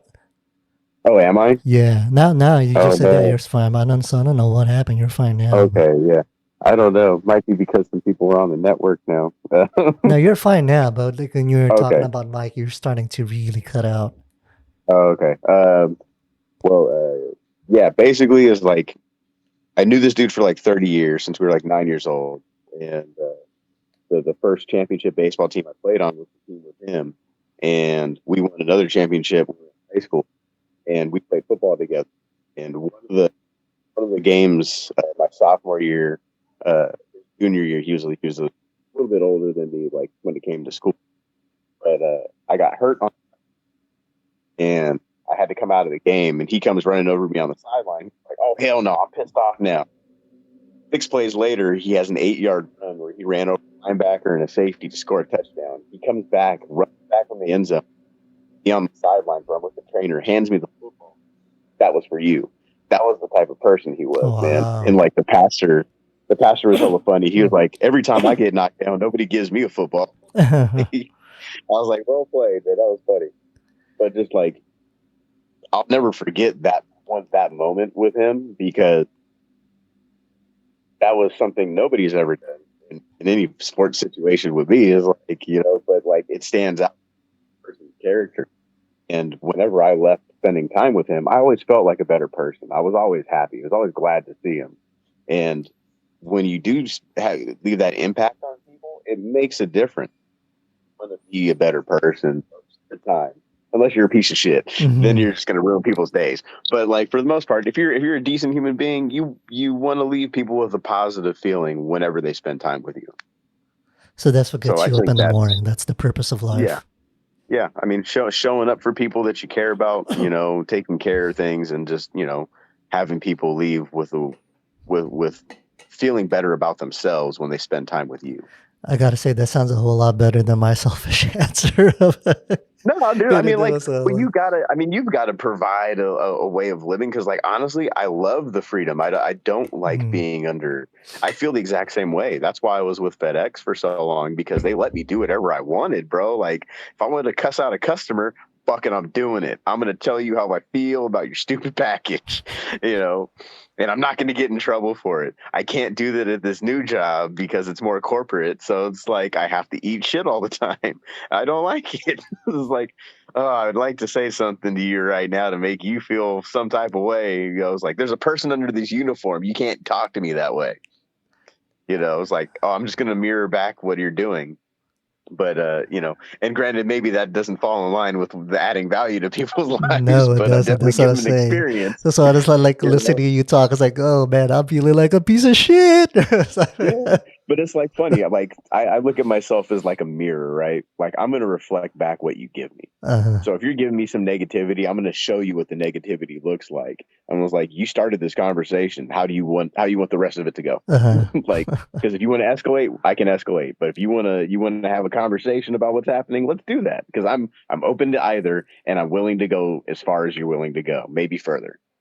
You know what? So The one thing I do want to harp back on is we're talking about like the not really the obsession, but you brought up like, people that have more money in the states, but still not happy compared to like say third world countries. That's one thing I kind of really flipped on. I'm not meaning to say, oh fuck those people in the third world countries. I'm in I'm in one right now, but like, I used to have that very idealistic kind of like artistic, mindset, live in the moment, enjoy life now, do what you want. Money is like kind of evil. Like it's overrated. The pursuit of money is just a waste of your life. But then when I started reading like Rich Dad Poor Dad, Secrets of the Millionaire Mind, it became like very clear. Like they make it like money is just kind of an accentuator of the kind of person you already are, right? Yeah. More so, if you're a charitable person and you some one way or another you start making more money, you come into a lot of money, that actually just makes you more charitable. It gives you it's basically like a tool to make you more of who you are. So if Yeah. you're a fucking dick and you get money, you become more of a dick. I kind of realized like, especially like, growing up, I don't know how your parents are, but my parents, I don't know if especially my dad, I don't know if he was just full of shit or just deluding himself. It's you almost you kind of it's not you're not they're not overtly telling you to resent rich people, but Mhm. just because they're not rich themselves, there's just kind of like a resentment that builds up with it, and it kind of gives you what Yeah. they call a financial blueprint, right? Where you're resenting money, you're resenting rich people, and that's not really a healthy attitude and realistic perspective to have about money, because that's really just going to hold you back more than anything, right? The way I view money now is it's for me it's a tool for freedom, right? And Yeah. it's a Yeah. tool to give me the life that I want. It's not going to make me an asshole because I'm not an asshole, right? Well, It's you're well, not. no, well, I At least can not to be. me. I can be. Don't Yeah. get me wrong. We all have the ability to be everything to people. Yeah, that's it's like I was actually thinking about a premise for a bit the other day, because I was at this store called Landers. It's basically it's kind of like it's from Australia. It's a way nicer Costco. Basically, you don't have to buy things by bulk, but it's like super nice inside. And over here in the Philippines, man, it's like the minutia of rules they have. To some of Philippines, with regards to rules, this is what it is. They're flexible about rules when they shouldn't be, and they're strict about rules when they should be flexible, right? Yeah. That's just so it was like I was going in there. I was gonna get something to eat before I went shopping. So the entrance into the shopping store and then the open path to where the cafeteria is, it's literally like maybe 6 feet apart, right? So Yeah. I just beeline straight for the cafeteria, so I'm get some food first, and then Mhm. the security guard stops me. It's like, oh no, you need to go through the entrance, and there's no fucking barrier or anything, right? It's literally just Yeah. I'm gonna make this 5 foot like loop and then go in the same direction. And I was like, are you fucking kidding me, dude? Like it's 11 a.m. There's fucking nobody here. What difference does it make for me to do this little 5 foot? And we got into like I wouldn't say it was a heated conversation, but I was really starting to challenge him on it, right? And then at a certain point, I just like, oh, you know what? This guy's just doing his job. He didn't create these fucking rules, and these people. Yeah. Honestly, more than anything, he's afraid of not doing his job because he might get fired for it, right? As Yeah. Yeah. ridiculous as because quite honestly, they're not given the freedom to think for themselves, in this kind of situation, right? Yeah. So, but it doesn't end there. Okay, my outrage doesn't end there. I I go up to the cafeteria. I'm trying to buy some fried chicken, and they got drumsticks and they got thighs, and obviously the thighs are bigger. So it's like, Yes. okay, again, can I get two thighs? Like, no, I'm sorry. We can only give you a thigh and a drumstick. It's against the rules. It's like, again, it's like there's fucking nobody here. It's like They, plenty of they pieces. count the pieces. There's plenty of pieces of chicken here. Can't you just give me, what I want? And no, there's just the strict. This is totally a time when it's okay to be flexible, and they're not. And so I'm just starting to seethe on the inside, but I'm doing my best, to it's just like, so after like 2 minutes, I just fucking accept. I challenge her on it. I try to pressure her to give me that other thigh, but no. I tried to press it. Yeah, So that's he's over the fucking counter choking her like a yeah. goddamn cartoon Okay, chicken. but it doesn't end there, dude. So I get to the cashier. I order a Coke Zero, right? They give me my drink, and I ask for a straw, and they're like, "Oh, sorry, we're not allowed to give straws for drinks." And I was like, I look over there. Isn't that a straw on top of that lemonade right there? That's a straw, right? Oh yeah. They're like, oh no, we can only give it for lemonade. We can't give it for soft drinks. It's like, again, it's like, are you fucking kidding me? But my whole point of this is like, the premise for the joke is like, you know what? If you think that you won't be an ugly American when you're overseas, it's like, no, that ugly American's inside all of us, right? You just got to The get, entitlement, man. yeah, you just got to get triggered by the right thing. Because that's what I was thinking about. It's like, after I was like, when I calmed down, it's like, oh yeah, I definitely got that ugly American inside of me too. You just got to run into the right situation, and it'll fucking Yeah. come out. I just want what the fuck I want. Just give it to me. I just want that other fucking thigh for my fried chicken. I just want a goddamn straw for my soda. It's like, you know what? Just drink the goddamn soda without the straw. It's at the end of the world. No. Yeah. Right? Yeah, right. Like, dude, even if the joke doesn't work out, you should make that a skit, bro. Because what I've learned in doing stand up is sometimes jokes that don't work as a skit. yeah. Like Yeah. or vice versa. A skit will be better as a joke than it will a skit. But dude, that I was just imagining the entire time, because there was a point in my life where I was that argumentative about everything. It's like, what the fuck do you mean? No, I'm not gonna leave until I get exactly what it is that I want, and I'm paying for it already. Do I have to buy both of them so I can get what I want? Yeah. Yeah. Like I had money, it's not the problem. Yeah, it's like, is this the hill I'm fuck your gonna rules, die man. on, right? And it's so fucking Little do you know, they're being monitored. Like they have they're monitoring their heart rate, they're yeah, monitoring their yeah. thoughts, they're monitoring how many pieces of chicken are in there. There's like a little weight counter under each tray. It's like the weight's off by 0.01 ounces. You're fired. Yeah, yeah. So I had my ugly American moment. That's hella funny. Like earlier this week. It was like, it's inside all of us. I'm not above any of it. You think I would be after spending this many years over here, but nah, not at all, man. Man, it's okay, man. Nobody died. No, you just gotta kind of laugh at yourself. And actually on my way out, I made up with the security guard. Okay, I was like, just gonna ask that. Did you apologize to dude? no, I mean, even like when I ended the It's like, conversation, I came to like, you know what?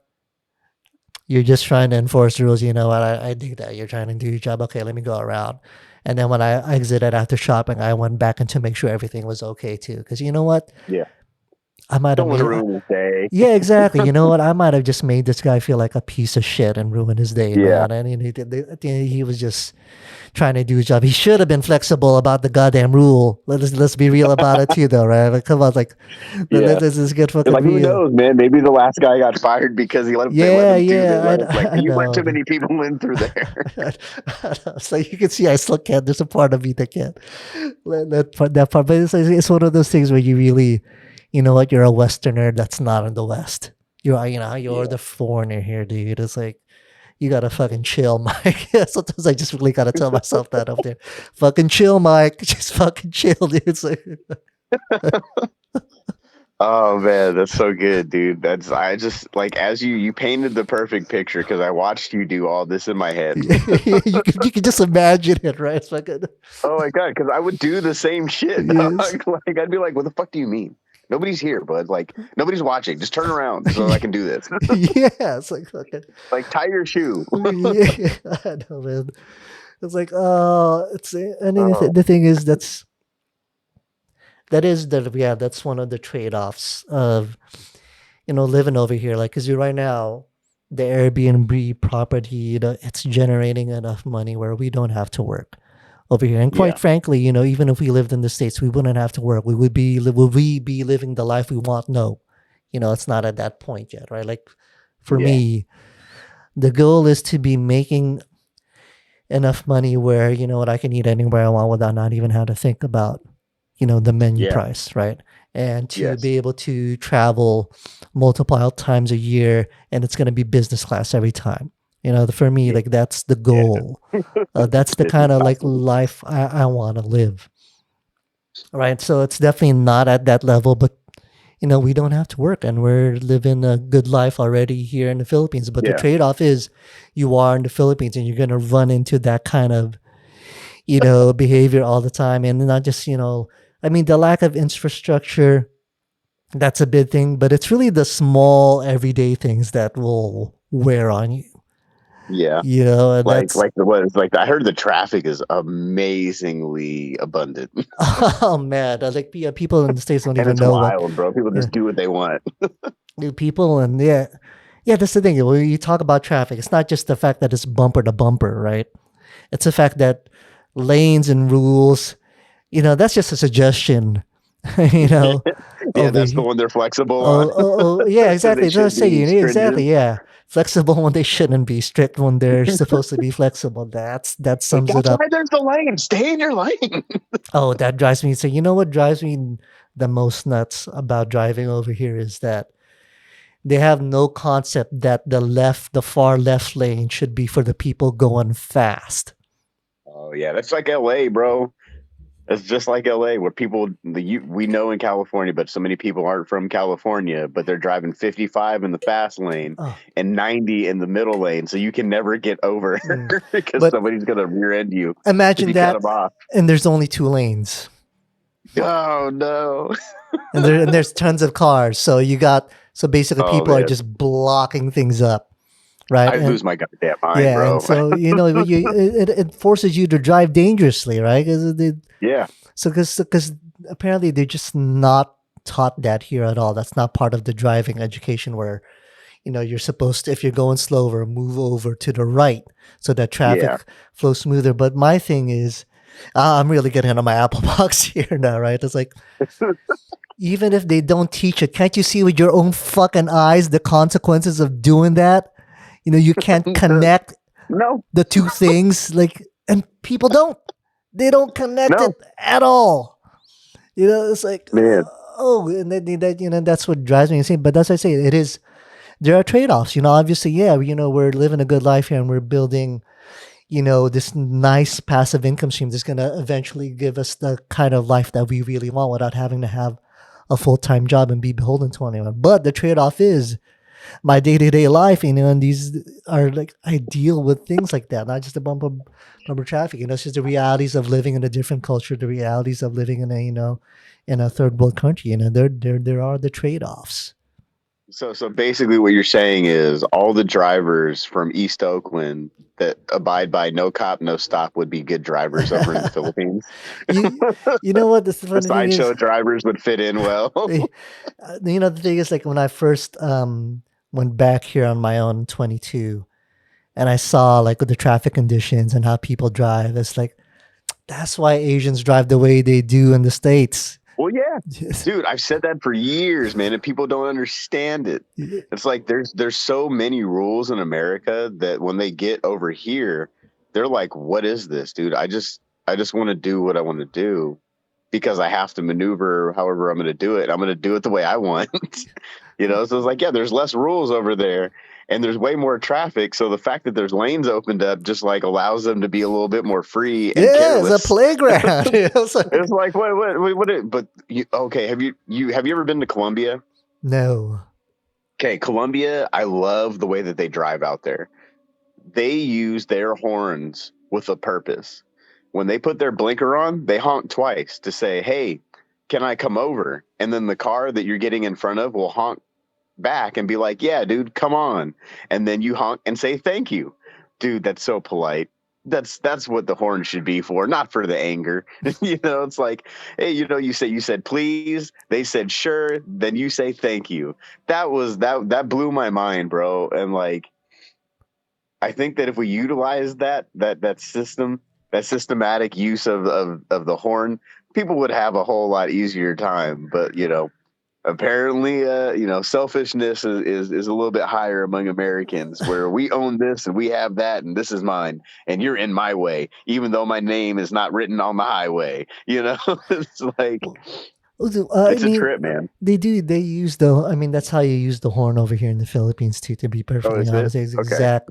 It's the exact same thing. Well, I don't know how much that helps. I mean, the traffic is just Yeah. so Stop. bad, dude. It's like that's like when people ask me, "Hey, Mike, how come you don't do any stand up there in the Philippines?" Because I'm fucking 3.5 hours away of bumper to bumper traffic to Manila, where if I'm out here in the countryside, man, where people to go to get away from that. I'm not gonna go through all that stress of driving through that to go, do this. Like, nah, no, thank you, man. Because as much as I love stand up comedy, as like I prioritize my mental health more. To be perfectly honest, it's like it would just drive me insane.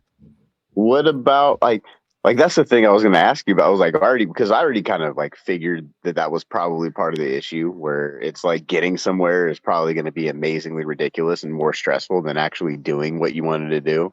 But like, what about having something on the countryside where it's like a monthly thing where everybody in the community kind of comes out and then you give it's like an open mic where it's like, do you want to try this? And then maybe you might discover the next Filipino comedian, you know? Maybe I just there's just not enough of an English speaking population here to really support it here in Tagaytay that would Yeah. allow me.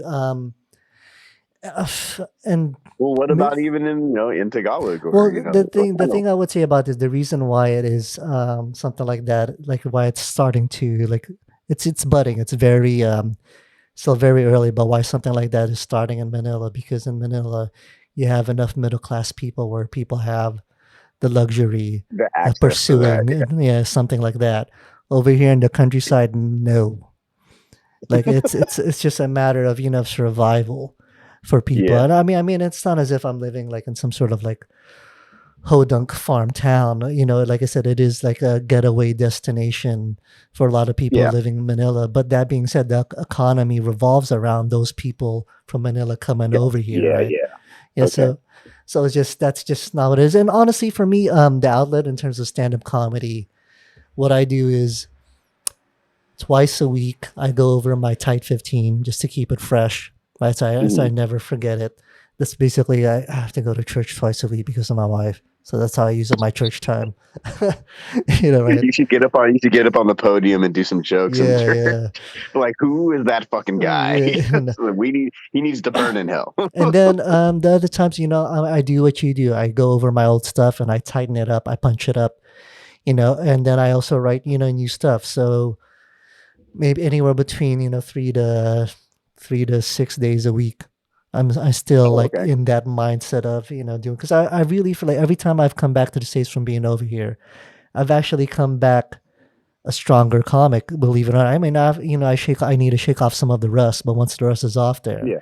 I've actually found I've actually been stronger because just like writing, going over your old material is like it does keep you in that mindset of how do I keep mining my perspective and my life experiences for stand-up material? How do I Yeah. tighten this stuff up? It's basically helping you hone in on your perspective and turning that into stand-up material more and more and more. Yeah. So, and people have told me that every time I come back, they're kind of surprised. Like, dude, I think you're fucking like stronger than you were when you left. I was like, yeah, because obviously it doesn't compare to the growth that you'll have from actually getting your reps in on stage all the time.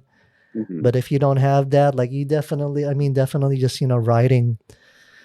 You don't have to write every day, but if you could do it, Yeah. If you're not working on it, then it's yeah, not going to get better at yeah, all. yeah, but It's you, just going to yeah, stay where it's at or get worse. yeah, but you'll definitely still improve if you just like writing, and it doesn't have to be new stuff. You can just go over your old stuff and, like I said, tighten it Yeah. up, punch it up. It definitely still helps you improve. At least from my Dude, you got experience.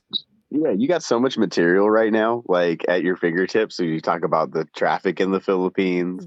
You talk about going to church twice a week with your wife. The whole scenario at the shopping center and the restaurant. Like, yeah, dude, that's a lot of really good stuff. Yeah, you know what? The thing is, I learned too because the first time when I was when I was gone for I don't know how long I was gone for. When I came back for 3 months, I came back with a whole bunch of material, but I realized like real quick when I was working it out, although this is just like some of it, it was just way too specific to the Philippines there. So it's like, Hmm. okay, what are the bigger principles that I can pull out of these Yeah, experiences that will make it relatable to everyone? So it's like the way the audiences were looking at me, like it was like, God, man, this guy's just shitting on this third world country. It's like these poor people. It's like, okay, let me just. This is way too specific because the Filipinos would find it funny because they little feel my pain. But it's like, okay, let me yeah, pull out the bigger principle here. Let me do a deeper dive on this so it can be more accessible and more relatable, right? So every time like I have these specific experiences here in the Philippines, I always think about, okay, what is the bigger principle that's at play here? Not that, yeah, you know, I mean, I can set it up with a very specific, experience that I'm having in the Philippines, but I gotta expand on that. Then, it can't be yeah. so honed in on me making fun of like a poor people. It's like, okay, yeah, I This just, guy hates his people. yeah, It's yeah, like we will exactly, not support him. We yeah, will it's like, boycott. yeah. Like Mike Libby now, you are never going to be part of us. Yeah, yeah, yeah. So it's like, so I always gotta be like very careful about Yeah, that. they're like we're gonna burn his Airbnbs down. Yeah, and you know how like fucking in the states, especially California, white people are just they're so Yeah, fucking afraid to they're hear always anything looking. about racial, anything you bring up any sort of Yeah, anything racial. they're looking for somebody to give them permission to laugh a lot of the time. Yeah, It's like if they're not sure about it, they look around the room, yeah, and if somebody of color is laughing, then they'll fuck with it sometimes. yeah, That's why it's so weird doing comedy out here, bro. Because like when you go out of area, it's like, oh, these people are just fuck like they just want to be entertained, man. It's so simple. They're not thinking so much about the premise and what it affects about who they are. And if you show people out here like something that they're like halfway about, then they're like, oh, well, if I laugh at this, then I'm a bad person. Like, yeah, no, if it's funny, laugh at it. But if it's not, then fucking I guess don't. Like, it's whatever. yeah. But I people take shit too personally now, man. That's I like the fact that, okay, part of it is like, we're not going to get into the bullying. We don't like bullying. And we're trying to protect people and, like protect, some type of humanity in each other where you're looking out for mental health and whatnot. But at the same time, the world does not really care about that. So you have to be able to go between both worlds. And if you can't, you have difficulty listening to stand up because it's all pretend. Like these are just jokes, man. Like if you're taking it so seriously that you believe every word that I say, then you don't understand the context of what the medium is, and you probably shouldn't be here. I mean, have you ever run into that problem though, where someone's like just super offended by something you said? Yeah. Like what was it? I used to do this Catholic joke where it was like, in high school I was a youth confirmation group leader. And when I got my confirmation, I was asked to speak at my confirmation. And afterwards, the Archbishop of Oakland comes up to me and is like, hey, you're a really good orator. You should be a priest. I was like, nah, I like sex, and walked away. But little did I know that I also like sex, just not with adults. And I got booed. I was like, I'm not the one fucking the kids, bro. You can't be mad at me. This is a PSA, dog. Like, I'm not the one that's causing the problems. I'm just talking about them. Like, I had a bartender boo me at the fucking at a show that I did one time for Jimmy Manise, dude, and like I was like, you keep talking during everybody's sets. If you don't shut up, I'm gonna come stick my microphone in your mouth while I'm doing this shit. And she was like, oh, like whatever. But it's like, yeah, I've had people boo me when I told that joke, but I was like, man, whatever. It's like, at least I'm not doing the bad shit. Yeah, I think. I mean, well, I don't know because obviously they're not booing. I don't think they're booing you for going after the Catholic Church because I feel like Catholic Church like it's an acceptable target for most of the culture. Yeah, They're it probably was an just easy thinking, target. yeah, they're Yeah. probably thinking booing the. They're all like trying to say, oh, you're making fun of the child molestation, thing. It's like, hey, that's serious. That's nothing to joke about. It's like it's to me, it's But like I mean, it is. it's everything's something to joke about. It's just how good can you Yeah. do it? How good are you? Yeah, I mean, How you know, well I can you know it's craft not it? a great joke. Yeah, Yeah. it depends on how good the joke is. You No, know, it's like I to me, get that's not one of my best jokes. it's You know, so I was like, I don't really tell that one yeah. anymore. It You was know, but it wasn't horrible too. But I feel like that's what the person was probably booing more than anything. Is they just like that child? Oh, you this guy's making light of these fucking Catholic child yeah. molesters. I mean, Uh, whatever. You know, it's like, and I used to tell this. This is one of my favorite jokes that I don't tell anymore. It was like, you think if Michael J. Fox committed suicide, anybody be able to read the note? It was like, and I was like, and people don't laugh. I go, oh, I guess I got to go Back to the Future for that to work, right? And then people are like. but you You know know, what? but that's Like, like one of my favorite jokes, yeah, I dude. love jokes like that. If you throw one of those in, like every now and then, like those are so Yeah, fun. It's like that's a filler. those are so fun. So there's nothing wrong with something like just simple and silly to me. As long as your whole Yeah, act is not that. It's like, yeah, right. And yeah. yeah, like, and I love Michael J. Fox, man. I grew up watching the Teen Wolf and Back to the Future, and you know, it's like, yeah, dude, like he was one of my Family Ties, bro. Was when I first seen him. Like, this was one of my favorite guys. I was like, he's a little guy just like me. I can be just like him. He's funny and he's adorable, and people like him, you know. And it sucks. I watched part of his documentary recently where I haven't finished it, but yeah, man, it's just like it's so crazy what kind of he's been through, and it's like, yeah, man, you never know what life's gonna throw at you, so it's like, why not go after it? Like, I think that's the question that we don't ask ourselves is why not. We ask ourselves, why should I do this? No, why shouldn't you do it? Why shouldn't you pursue something? It's Well, like, what's stopping you? I mean, the truth is, I mean, basically from a young age, it's what the whole school system is built to train you not to think like that. Oh Is to yeah, make you a good employee, break you right? down. Yeah, It's yeah. This I mean, it was created to make good factory workers. If you go back to the origin of it, the yeah, way the system is designed is that's how it is. So they got people sitting in rows, and got the fixed schedule following rules. Yeah, I mean, I think that's just because yeah, that's imprinted in people's minds from a very early age. That no, you don't do that. yeah, You take because see, the truth is, society is does run on people with the 9 to 5, mindset. That's yeah. just, and I'm glad, those people exist. I could never be one of them personally. Yeah, and there's nothing wrong with doing it like that. It No, takes no, it not it at does all. it does take a type of mental toughness to go into a job that you absolutely despise every single day, or you're just like a glutton for abuse.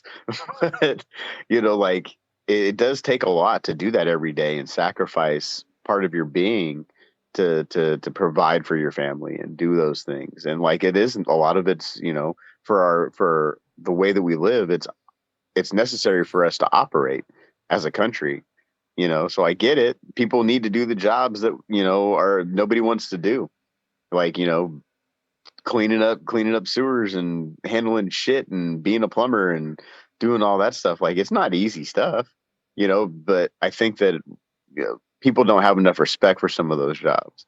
It's Yeah, like, no, dude, if you're making a living and you're servicing multiple people or hundreds of people or an entire community, then like, you deserve some level of respect, because your job is not who you are. And too many people assign your value when you tell them, oh, what do you do for work? And like, oh, and then they look at you and like, this person ain't shit. But it's yeah. It's like, like what's yeah, one but of are you still a good person? Like, what the fuck, well, man? it's like That should be the question. it's one of the first things like we unknowingly ask right when we meet someone. Is like, hey, what do Yeah. you do?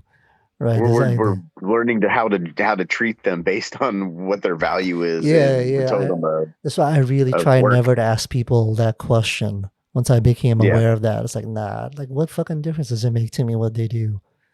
Yeah, I see. Like, I'll ask people, like, "Yeah, I was like, what do you do?" Like, and then I ask them with a follow up, like, "Do you like what you do? Is this what you wanted to do?" And then I go into like, "What did you want to do?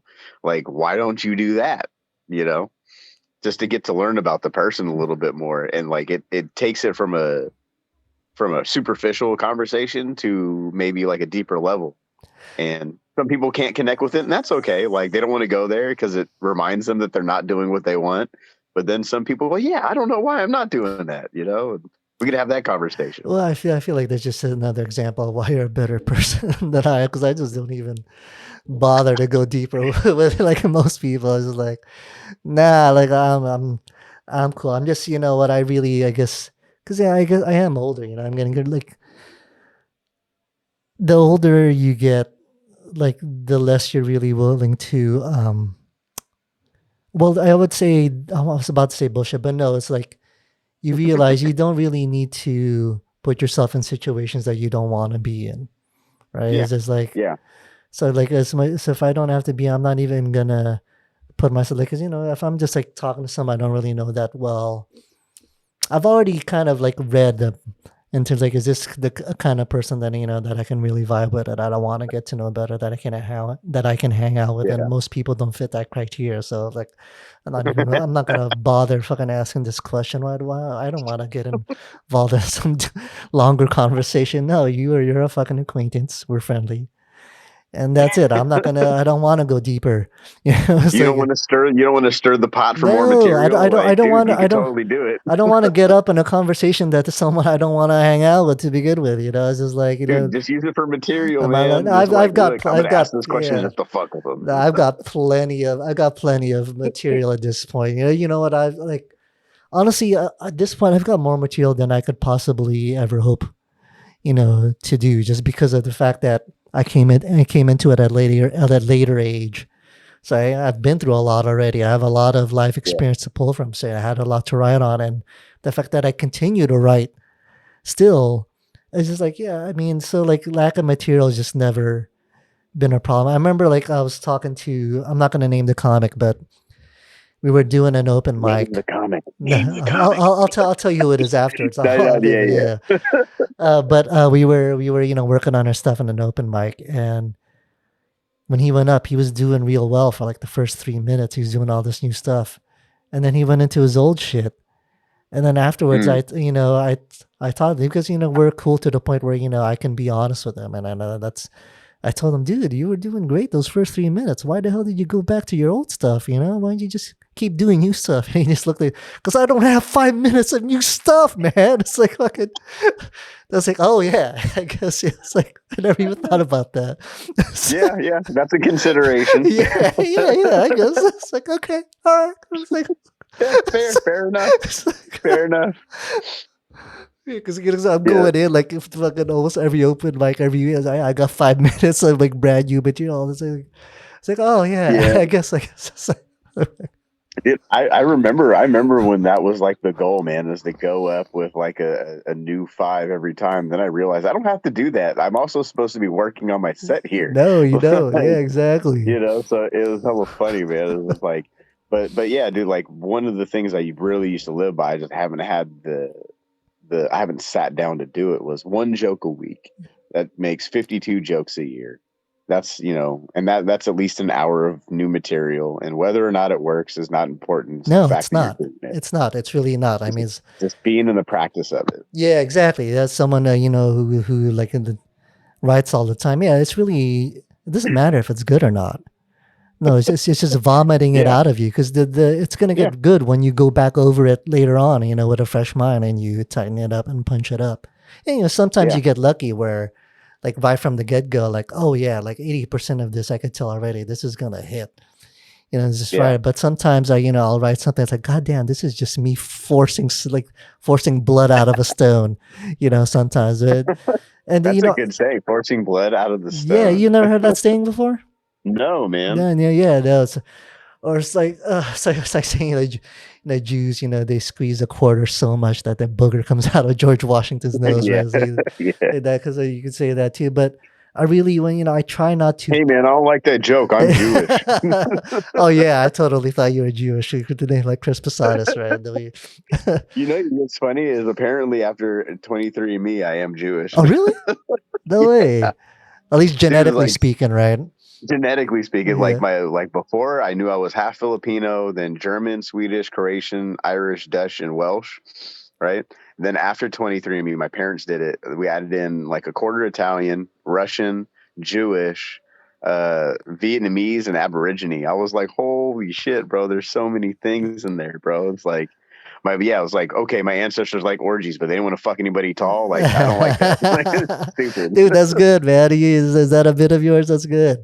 It is. I've been trying to make it something. I've been trying to add a little bit more value to it, but I just haven't spent time on it. Yeah. Like, not in a while. But But it's like, but that's yeah, the thing. dude. You I can just always wish add that. You can I could go always add deeper that with that. later. Yeah, just but at the very least write it down so it's there. Yeah, Right? And that's the thing. Like when I write, I try as much as possible not to put any pressure on myself to make it funny. I literally yeah, just try to write out my thought as complete as I can, whatever. It's almost kind of like that free association writing. I start off with a premise and then I just let my brain go wherever it wants to go, yeah, whether it's funny or not. It's just, I can't help it. That's just the way my brain thinks. I don't really write, in terms of like jokes. I kind of write in chunks. And that's why like I have yeah, so much material to pull from because I just fucking let my brain fly. And one thing leads to another. Sometimes I'll just hone in on one topic, but a lot of times it shoots off into other like related things. And yeah. I mean, like allowing, like that's the thing is like our brains will take so many different topics into places that they either don't belong or wouldn't have gone otherwise. And like that's the great thing about comedy is it encourages that.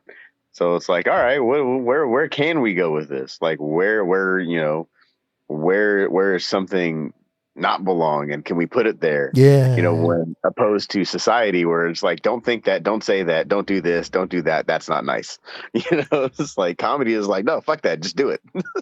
Yeah, I mean, I guess the funny thing is like even though that's what comedy is, definitely some audiences don't feel that way. They get like you Oh said, there's like they get looking yeah, around like who you so telling? like yeah, because I feel like every time I've entered a competition, I've hit that audience. Like at least I guess in terms of my material, I'm not saying I'm super edgy, but I talk about race and I make fun of I'll make fun of Asians and I'll put it out there. It's not everything that I talk about, but it's in there. And like it's like every time I've joined a company, it's like, God damn it, I chose the wrong bits again, because it would be killing everywhere else. And then for some reason, when I get into the competition, it's like, okay, yeah, this was the wrong set for this crowd. Competitions are weird though, man. Like it's comedy is so subjective that it makes it so hard to like do some of that shit. And it's like even if you do really well, somebody else that may or may not have had a better set might advance, Mhm. and depending upon the competition, it might have been about who brought the most people that night, Oh, it's always about So that, right? And that's a big yeah, part of so it. it's like, yeah, but depending on like, unless it's like a bigger comedy competition, like, the San Francisco comedy competition, then you're being judged Mhm. subjectively by some judges and the audience. But, the audience will always let you know like really where you stand with your material. And we both know that sometimes that's just not your audience and that's okay because maybe that night it didn't work, but you go to another room the same night and it kills. Well, yeah, You no, know? no, I never questioned that whether or not it works because, like I said, I try it out. I've tried it out at so many other different spots, working Yeah, it. That's why I'm doing it at the competition. I've tightened up. Like I know it works, but I don't really enter competitions, with the idea of like, to win or anything. I mean, obviously you want to win, but for me, the reason I join those competitions is I like that it forces me to be honest with my material in terms of tightening up, right? yeah, And I like the fact that there's pressure, right? Because I feel like it's good to get used to that kind of pressure performing under those circumstances, right? You're only going to get yeah, stronger. I yeah, like yeah, that, and I like that everyone else brings their A game because I learn a lot that way too from watching. Like one thing I told Sergio Blanco, what I learned from watching him is like, you know what? There's a way to approach talking about fucked up shit that will still make it accessible to people where they feel comfortable laughing about, yeah, right? Whereas I was like a little bit, I wasn't as finessed at that point. I was like, but watching him, it's like, God damn, this guy's basically talking about this, like, just as fucked up shit as I did. But yeah, everyone's laughing because he crafted it in a way that was accessible, that made it yeah. easy to laugh at. I was like, okay. So, And his onstage demeanor too allows for that, yeah, right? he's Because great. He's one of my favorite Bay Area comics. I yeah, think he's fantastic. Yeah, I remember I had seen his name a bunch of times, but I never actually seen him. And I saw him at the punchline, and he was doing his thing, and I was like, dude, like that was a really well written joke, and I didn't think it was going to go where he took it, but like, man, he ended it really well. Yeah, no, So he's it's like, but fantastic, dude. it's also the way that he's up there on the stage, the way he holds the stage, and that's so many things. Is like your personality when it comes out is catered to make your material either successful or not. And like that's what Mitch Hedberg, right? I've seen early videos of Mitch Hedberg where he was just starting to develop the cadence that we know him to be famous for. And it's like, okay, these jokes are okay, but it's not in the vein that I understand him. And then you watch him later and you're like, oh yeah, now I got the and he has that cadence down and it adds so much value to his jokes because of how he delivers them. So it's like a lot of, like some people forget that it's not just about the joke, it's about how you craft your delivery. It's about how your personality, how you look on stage telling this. And we miss that. That's why it's so important to record your sets and see what you're doing physically that either adds or takes away from what it is that you're telling. Yeah, I think you hit the nail on the head, and that's why for me, that's why I find it valuable to join competitions. I know like a lot of it is really just kind of a bullshit, and someone who brings the most people is going to win. But like I said, I'm not there for that. I'm there Yeah. to put pressure on myself, to force me to tighten my material, and to watch other people bring the A game so I can learn something. Yeah. I mean, life's a learning experience. So is comedy. Like everything we do, we should be learning something from it. And hopefully it doesn't take us so long to learn that thing, because like it goes back to your other question, right? Is like how long should it take for somebody to realize this isn't for them, or flip that switch? But it's like it makes me wonder that too, because it's like, all right, yeah, if you never give up, will you really like reach that point where the flip you flip that switch? But for some people that switch never gets flipped. And it's like, and that's okay. If you enjoy doing what you're doing, then that's an important value you're adding to your own life. But if you if you're not getting better, then what are you doing with what you're doing? I suppose it depends on the reason you're doing it for, right? Like you said, if it's Yeah. just for yourself, if it's a hobby, by all means, keep pursuing it. But if you have like serious aspirations and I don't know, you're 5 years in and you're still at the open mic level and you're not getting any laughs at all. Like Yeah. people, I'm thinking of someone very specific, and people are like Oh, cringing. I got a few people in mind. Yeah, people are like, it's so bad. People are cringing. Like I remember there's this guy I'm thinking of, like the host, like the host was listening to it. The host was just like this. Yeah, it's like okay, you just couldn't help it. It's just so hard. Sometimes people are so bad. It's just so hard to listen to. And like, why Yeah. would you even do this? Because you just can't watch. You just like, Yeah, yeah, dude. When I remember when I first started, there was some comedians that like we kind of started around the same time, and then some other comedians that'd be out. And like when certain people would go up, I would just leave the room. I was like, I can't watch this, dude. It's so bad. But as I've gotten into, I kind of like watching people bomb, and like even when I even enjoy like sometimes like I like when like some of my friends are in the back and they're laughing at me bomb. Because it's like, dude, it's like, all right, this makes it fun for me when they're enjoying me eat shit. Like, it's like, all right, yeah, it fucking happened. yeah. Oh, you were talking hella shit today, and now you're up there taking a shit on stage. Look at you. you know, it's funny. Sometimes it's really you need the bomb to kind of humble you, and sometimes you need the bomb just for a different kind of laugh and just a different experience, just to really be like, all right, maybe I should work on this a little bit more. Or maybe it's like, oh, kind of needed that to wake me back up to take it a little bit more seriously. But like some people, man, like you talk about the cringe, is like, oh my God, dude, like why did they say that out loud? It was like, I understand the medium, but Jesus Christ, man, that was terrible.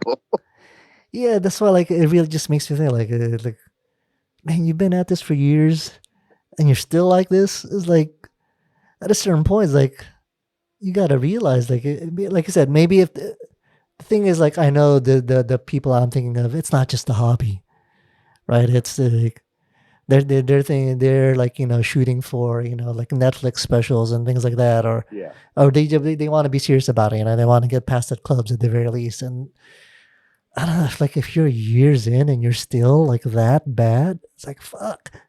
But the thing is, like you said, like But you heard like those stories about Sebastian Maniscalco, how like even at the Comedy Store when he got past, he was still sucking, and then like 4 years later, something just like clicked, and he Yeah, figured, like you said, he figured out how to like make his personality work for the material that he was writing, how he's presenting it. yeah, He figured it out, and now he's a fucking killer. So it's like, I don't know. Maybe for some people it's 4 years. Maybe it's gonna be 10 years for others. I mean, yeah. I know, I mean, but and that's okay, dude. I like when I'm friends with certain people, like, and I see that they like I've known them, they've struggled the whole time, uh, and then I come and I see them again after it's been a while, and then they're fucking murdering. I'm like, dude, that was so good. Like, man, like from where we met, and where you're at, like, dude, I like watching my friends do better. Like, some people don't like, some people don't care for, and some people don't enjoy when other people like get better. I do. I like when my friends do well. I like when people, comics that I like as human beings, turn into really good comedians because, yeah, dude, like I just want people around me to do good and feel good about what they're doing, man. So it's like when you see the improvement in somebody that you like, I'm excited for them, like genuinely. So it's like when somebody gets a special or somebody's traveling on the road and I like them as a person, like, yeah, dude, you deserve that because you're a good person. It's like, and it just cherry on top that you're a good comedian. yeah. But if you don't like them, it's like fuck that guy, right? Honestly, even if they're doing well, the one thing that I'll give them is like, yo, if you're hustling, like I'm never gonna knock your hustle. Like if you're out there grinding and doing your thing, and I don't like you as a person, like that's okay, dude. Like hey, you're working at it. I can't knock you. You know what? I feel like that's the perspective that probably a lot of comics, at our levels, really should have more than anything. Just stop fucking worrying about other people, man, and just it's like just focus on yourself. Yeah, like you said, some people are out there hustling. You may not like their comedy, but you know what? It fucking doesn't matter, right? Yeah, Obviously, someone likes it. Obviously, yeah. some crowds Somebody, like yeah, it. likes Yeah, it enough to give them yeah, what they wear. yeah. It doesn't matter whether you like it. As our crowd's responding to it, okay, then fuck it. Yeah, it's Yeah, like different strokes for different folks. Just fucking focus on you becoming a better comic or on you, building relationships so you can get booked more things like that. You reaching out to yeah. people, right? Just focus on the shit that you can Or creating more control. opportunities for yourself, man. Yeah, Because like exactly. some people Yeah. get so jealous of other people getting booked on shows. It's like, well, you can control what it is that you want to do if you start your own show. And if you do that, you can book who you want. And nobody can say anything about who you're booking because it's yours. Don't be so mad that so and so's getting up here and so and so's getting up there. Maybe they have a relationship with that person. And guess what? Like comedy and most things in life are who you have a relationship with and whether or not they like you. And if they like you, then guess what? You're going to get more opportunities than the person random off the street. Yeah, I mean that's just the reality of life in general, right? People like to be around people who they like, that Yeah, they fuck with. It's not just in comedy, it's in everything. everything. People want to Yeah, be there's, around I people mean, that they like. yeah, I mean, then you have the nepotism, where it's just going to be handed to certain people, Yeah, but I mean, because what are of you gonna because of their do? lineage. But like when it comes to comedy, yeah, man, most people are going to book their friends and they're going to prop that up, and that's okay. Just be a cool person, man. Like, and people will fuck with you or they won't. And guess what? It's not personal. And if it is, who cares, man? Like, go and live your life anyways. Yeah, you know what? That's what I try to like tell some of the younger comics that I'm cool with there, because even though you might be at the same level in terms of comedy career, it's like, you guys, I am 42 years old. It's like I do have some kind of like life lessons that I can impart on this, telling what, it's not as if I don't feel salty just like you guys do when you see like the same people getting booked again. Of course I feel salty, but I just don't let it eat me up, man. I just move on from it, because it's a Yeah, natural reaction to feel that way at first, but at the end of the day, it's not going to help you become a better comic. So feel it. You're right to feel it, but don't let it consume you. Fucking yeah. I mean, it has to do with kind of where you're also at in your life. Like, are you happy with what's going on in your life? yeah, Because that's going to affect how you're receiving this person who's getting something in comedy.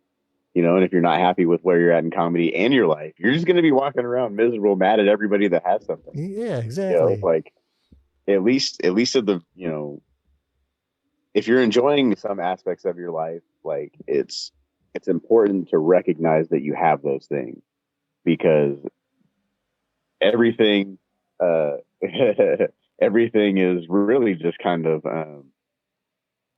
at your fingertips, and we have more control than we allow uh, ourselves to believe that we do. And but like the two most important things we control are attitude and our effort. And I think we talked about this another time. But like, yeah, man, it's really up to us how we look at our lives and whether or not we choose to enjoy what we have instead of worried about what somebody else has or is getting. You know, like what type? Don't be mad if you didn't get what you wanted because you didn't work at it.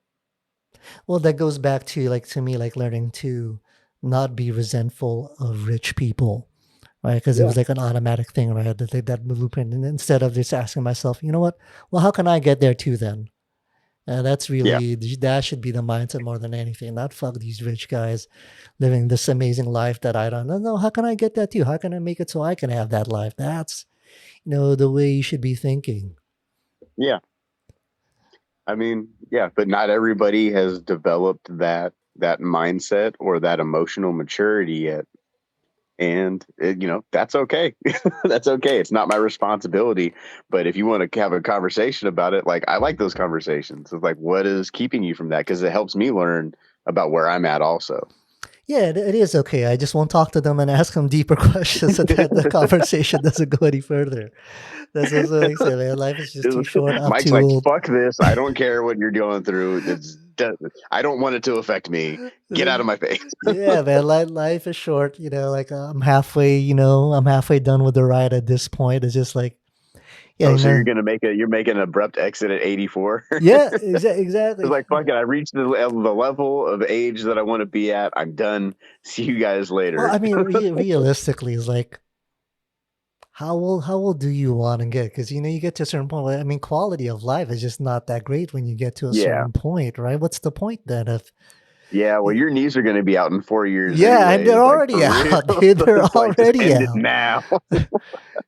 But it's like if you don't have if you don't have enough vigor to actually enjoy your life, it's Yeah. like what is the point of like hanging around much like I can't imagine like at 90, 95, I'm gonna still be sprite and be able to go do the things that make me enjoy life. Yeah. So Well, that's the other question, bro. So technological advancements are going to be such that that's a good if they point. put this Neuralink in, bro, and it fixes your knees, dog, are they going to be able to like? Are you going to be able to go back out and play basketball? And are they going to have surgeries available to make you a little bit taller? You know what I mean? Yeah, Like, are yeah. you going to become superhuman? Would you stick around for that and want to see what happens? Like, there's what was the name? Fucking Altered Carbon. Have you Oh, I seen fucking this? love that series, dude. Okay, Season so one. I I'm read all the about book. season one, though. Yeah, this season one was dope, but I read the book, right? And then I watched the series and I was like, wow, this is really where I think it could really go, where it is like because we're already dystopian as it is, right? Where you do have such a disparity in the Bay Area with all the homelessness and whatnot. It's just there's just no flying cars, right? So next thing is like how do we transfer our consciousness into a body that we want? How do we transfer our consciousness into a situation that we want? And have all these upgrades. It's like a video game, dude, where you can upgrade your character. So say we're alive, man, at the time this is taking place because AI is popping off big time. So it's like if you get that opportunity and you're making your Airbnbs and put you in a place where you can afford this upgrade, would you do it? I absolutely would, because that means I would still be able See? to enjoy life. But up until that happens, yeah, I don't want to be like a fucking. I don't want to be Joe Biden, basically. Yeah. He's basically a walking zombie out there that they're just propping up. I was like, I have no interest.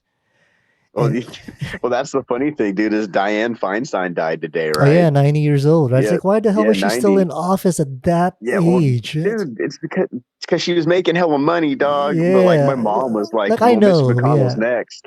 I yeah. was like, "What do you mean Mitch McConnell's next? He's not going to remember to die. Like he's going to forget." He's already Like, undead, Mitch O'Connell. So he's yeah, not next. bro. He's yeah. Yeah, I don't know, man. Like we'll see. We'll see what happens. The Well, future is coming. you know what? I am hoping that stem cells become more. affordable, or you just, we, my wife and I, like the passive income just grows to the point where I can afford that stuff. Cause I do want to try that, on my knees and Yeah, see if that'll make it so I can, play basketball again. I can do Muay Thai, yeah, again, because I love that stuff. It's a fun way to exercise. But at this point in my life, I just had to accept that that part of my life is over. yeah. But at least you got you if you want to, you can access some of that if you need I to. can. It's just I'm not going to be feeling It's good just after I it's not access gonna feel it. great. No, it is not going to feel good at all, man. I mean, that's just the realities of like I dig aging in terms of the maturity and the life lessons Yeah, and just the perspective it gives you, but I don't dig my body aging on the and because I put it through so much. I talked about I just put my body through yeah. so much, growing up. That part it's not fun at all, man. Because I feel like one thing's breaking after the other, and the window of the things that I'm capable of doing physically is just getting smaller and smaller and smaller, dude. And as Wait, someone we're who's not talking about your little friend down there, are no, we? oh, no, that's Sure, definitely, you know what? That's definitely not what it used to be either, man. Because it's not just age; it's just the overexposure to porn. When that thing used to yeah. get really angry when I was like 13 or 14. Oh man, when that thing got angry, ooh, it was something Oh to yeah, mess forget with, about it. dude. Yeah, it About to was. put a hole in the wall. Yeah, it was something to mess with. These days, it's like it's definitely nothing to be impressed by. But Uh, I'm cool with bro, that. I feel you, dog. Like that's like the thing. It was like, what's wrong? It's like I'm fucking older, bro. Like, what do you want? Yeah, Like sometimes I have my good days. Like I'm on a streak right now. Let's not break it. yeah, Like yeah. let's not talk about it. How about when it happens? We just know that I'm gonna get back to it. Do you want me to lick your pussy? I'll do that. Yeah, that's the thing. I was like, it'll come back, bro. Don't Yeah, trip. yeah, you got other tools, at your fingertips. Literally your Yeah, why don't we fingertips, use one right? of these toys that you have? Like, Yeah, hold yeah, on, dude. yeah, yeah. So that's It's gonna be okay. I'll get there eventually. It's not. yeah, It doesn't have anything to do with you. It's the abuse that I put it through that's rewired my brain. yeah, And like exactly. honestly, It's abuse. like I can't imagine like so think about it now, right? All these kids now that have the access to it, what are they gonna be like? Like when they're our age or even before? Because like now, like you're gonna have because I guess I forget where I read the study, but it said that people are lonelier now than they have ever been, and there's less adults having sex than was in previous generations. So with the amount of loneliness taking place, you already know where people are going to satisfy themselves, and unless they're in a relationship. So it's like now, what's that going to look like for males moving forward? It's like, yeah, they're going to have a lot more ED moving at a younger age. Oh yeah, So yeah. it's like That's what I because was. they're overexposure to porn and the way that the brain is wired chemically, Yeah, it's gonna fuck them up. I was telling Ivy Cordova about this. That there are 20-year-olds who can't get it up anymore just through Yeah, the overexposure to porn. yeah, Yeah, it's like I can't even imagine because we really it's kind of like I don't know if you the parable is either Icarus or is it Prometheus who gave humankind fire. Like we were never meant to have this kind of power access to like sex right. like You're this. supposed to value Yeah, this. we were never it was never meant to be this easily accessible, right? So Yeah, it's like look what it's done. yeah, no, they've proven it literally does rewire the brain, right? That's Yeah, why I've tried and failed many times to quit watching porn, right? I'll dude, have it's long hard. streaks, but then Yeah, you backtrack once, like, oh, okay, that's it. Here we go. It's like, okay, yeah. we're back in it. Like, dude, I used to like so. This is we're gonna get personal on this one. I Yeah, used let's. to I used to masturbate like 3-4 times a day when I was younger. God Right? damn, man. Yeah, dude. Like I was a fucking machine, right? And then like the what was it? Because my dad had like in the attic where my room was at, he had like boxes and boxes of like fucking Playboys and penthouses, and I would be sweating up there in the attic, bro, just in the dark, right, for hours. It was like fucking, I could just keep going. And I remember one day my dad was like, "You better not be getting those pages stuck together." I was like, "He knows what I'm doing." It's like fuck, man. But like as I got older and it became more accessible with the internet, like devoting more hours to that shit. It was like, oh man, like if the 10,000 hour rule applied to excellence, bro, like I'd be a masturbator, dude. It'd be the best. I'd be the best of this shit. Like, last year? I accidentally started No Nut November because I forgot to pay my Wi-Fi bill. So I was just like, and my service was terrible. So like the videos would freeze. So I'm just, back to early 2000s, just looking at it as still. Uh-huh. So I'm just like, fuck it, dude. Like I'm just not gonna do it. So over the last year, I used to masturbate every day up until this last year, Damn, and then dude. it wasn't until like fucking this past year that I would go like weeks and months without doing it, and just for me, I've seen like a big difference in the shift because just because it's not being accessed in my brain as much, so I feel a lot better physically about all that shit, and Yeah, it makes a big yeah. difference, dude. So it's Makes a like huge difference. so for me, it's like, all right, yeah, dude, like even though I'm still doing it, right? The fact that I'm not doing it as much as I was doing it is such a big deal for me because it would cause like problems in my other relationships. Like, you're watching porn again. I was like, why don't you get in here and just help me with this shit? Like instead of being mad that I'm doing it. Dude, that reminds me, But, women think differently about it. It goes back to the way that men and women yeah, think. yeah, We're wired differently. we are. I remember, because like Bobby Lee is like very open about he has like a crippling porn addiction, right? Yeah. And Jim Gaffigan was on his podcast, and Jim Gaffigan asked him, "Well, why don't you just take like a break for a month, dude?" And then I love Bobby Lee's answer. He goes, "Because I have internet." It's like- that's basically it. Though. It is. That's basically what it boils down to. Yeah, it's just because it's just fucking right there, right? You must have very high testosterone because at your age, if you're still doing it like every day, it's like, goddamn, man, it's either you have high testosterone or I just have really low testosterone then. But you know what? I think I do have really low testosterone, to be I perfectly honest.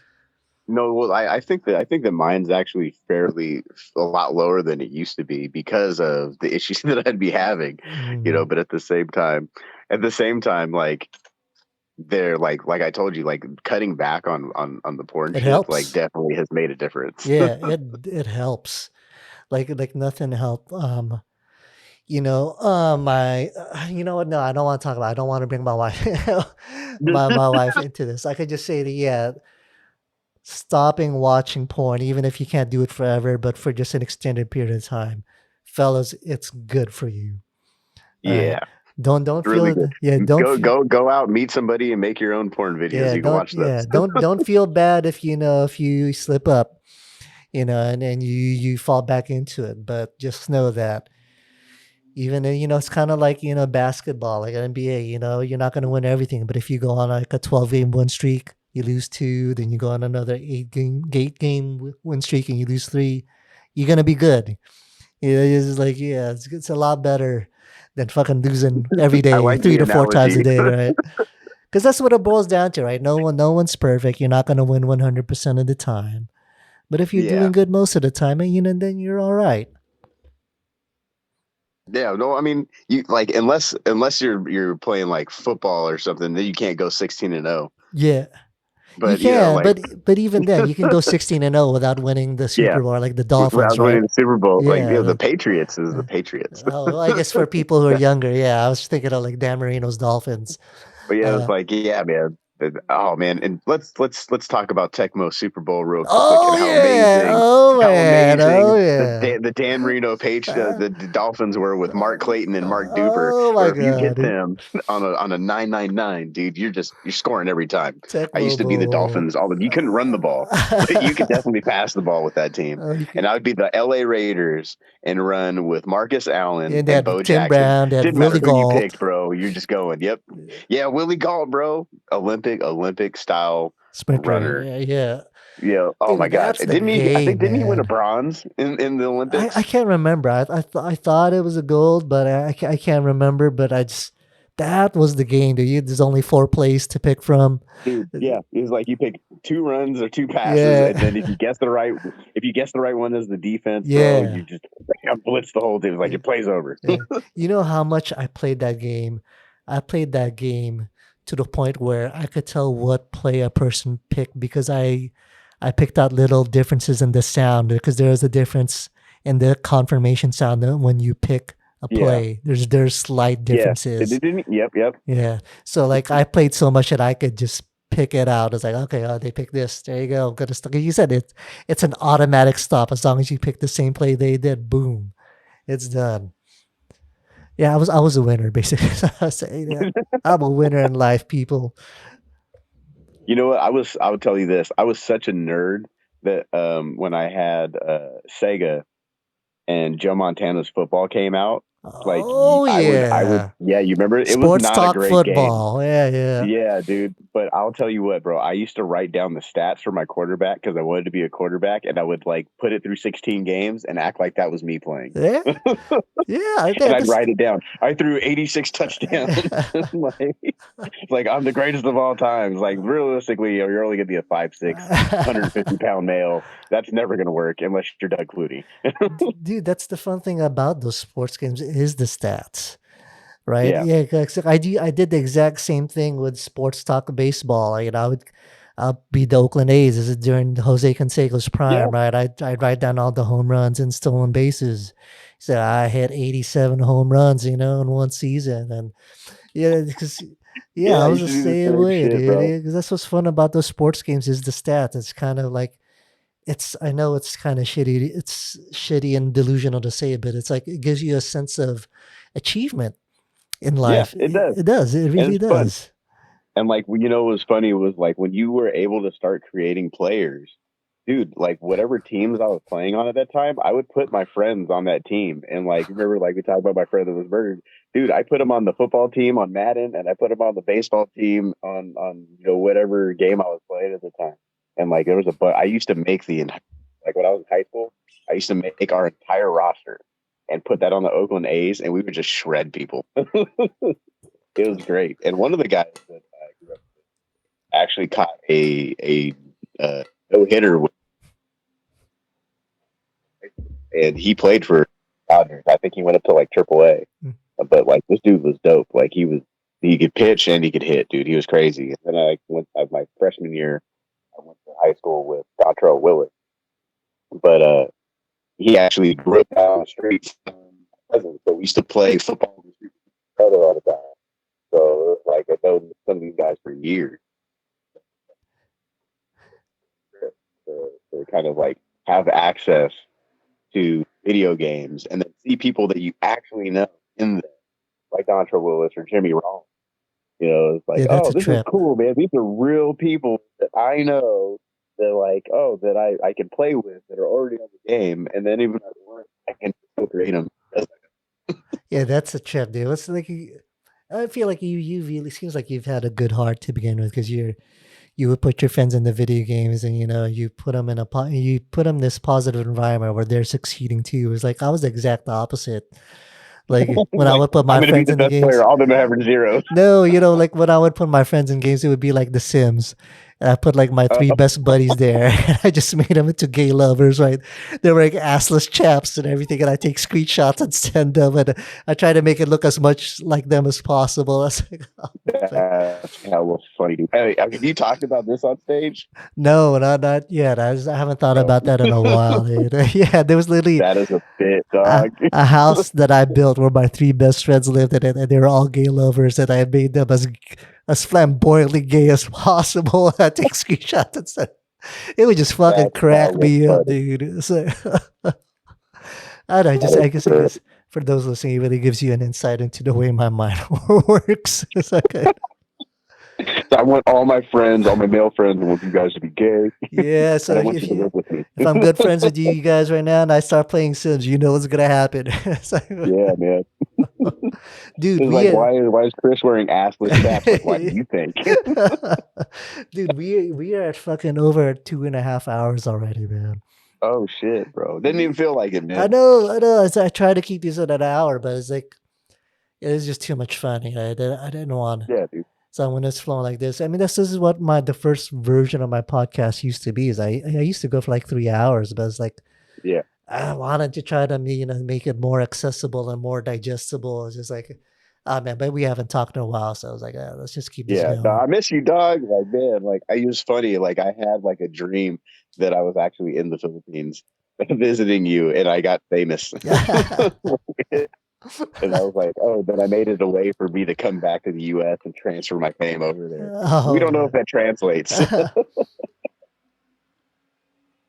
Well, you definitely got to come over here at some point, and I'll show you the time of your Oh life, yeah, man. definitely. Well, this new job, I just got I got my offer letter today. I'm going to be making a lot more than what I was at FedEx, Yeah, you don't so I got to might say, be don't able to say make the a trip, amount. Yeah, bro. yeah, exactly. Come out, I'll show you the time of life. But anyway, let's cap it here. I think let's keep it at Yeah, a nice all good. digestible 2 hours and 39 minutes. Hey, I appreciate you, bro. No, I feel bad because me and Ivy were going like this too, and I forced myself to cut her off at an hour and a half. And here we go up 2 hours and 40 minutes. So Ivy, I'm sorry. I was so sorry. But dude, It's yeah, all good, man. is there anything I mean you want to plug in terms of your comedy, your poetry? How can people access any of this? If you No, just soy sauce, butter, and rice, all one word at Instagram, and that's really about it, man. I haven't really been posting that much because I haven't been doing that much comedy, but eventually I'll get back into it because things are going to move around at work, so I'll be able to get some more free time. But yeah, that's about it, man. cool. All right, Just man. miss hanging out with you, dog. I don't know, man. This was so much fun, huh? Yeah, dude. Always a good conversation. Go everywhere with it, Well, too. you know what? That's why, because you're the one who's kind of pushing me to keep doing the podcast, even if it's just over the internet, right? Yeah, And so I was thinking about, okay, you know what? If I'm gonna do it over the internet, I just want to have people on that I know for sure that that the conversation is just gonna flow. That I already really vibe with, right? So yeah, that's why I had you on, I had Ivy on, because I already know if it's gonna. Because I feel like you're definitely missing something if it's not in person. So even more so, there's got to yeah, be good rapport if you're gonna do it, over the internet.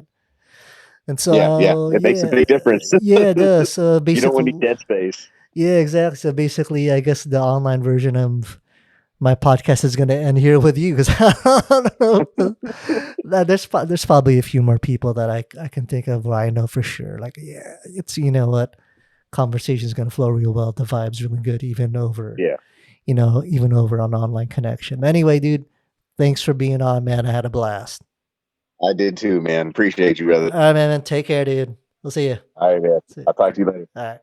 Hey guys, so thanks for tuning into the podcast. And if you're listening on Spotify and Apple Podcasts, make sure to hit that follow/subscribe button and make sure to give us a 5-star rating to give us some algorithm love. Okay? Thanks for listening.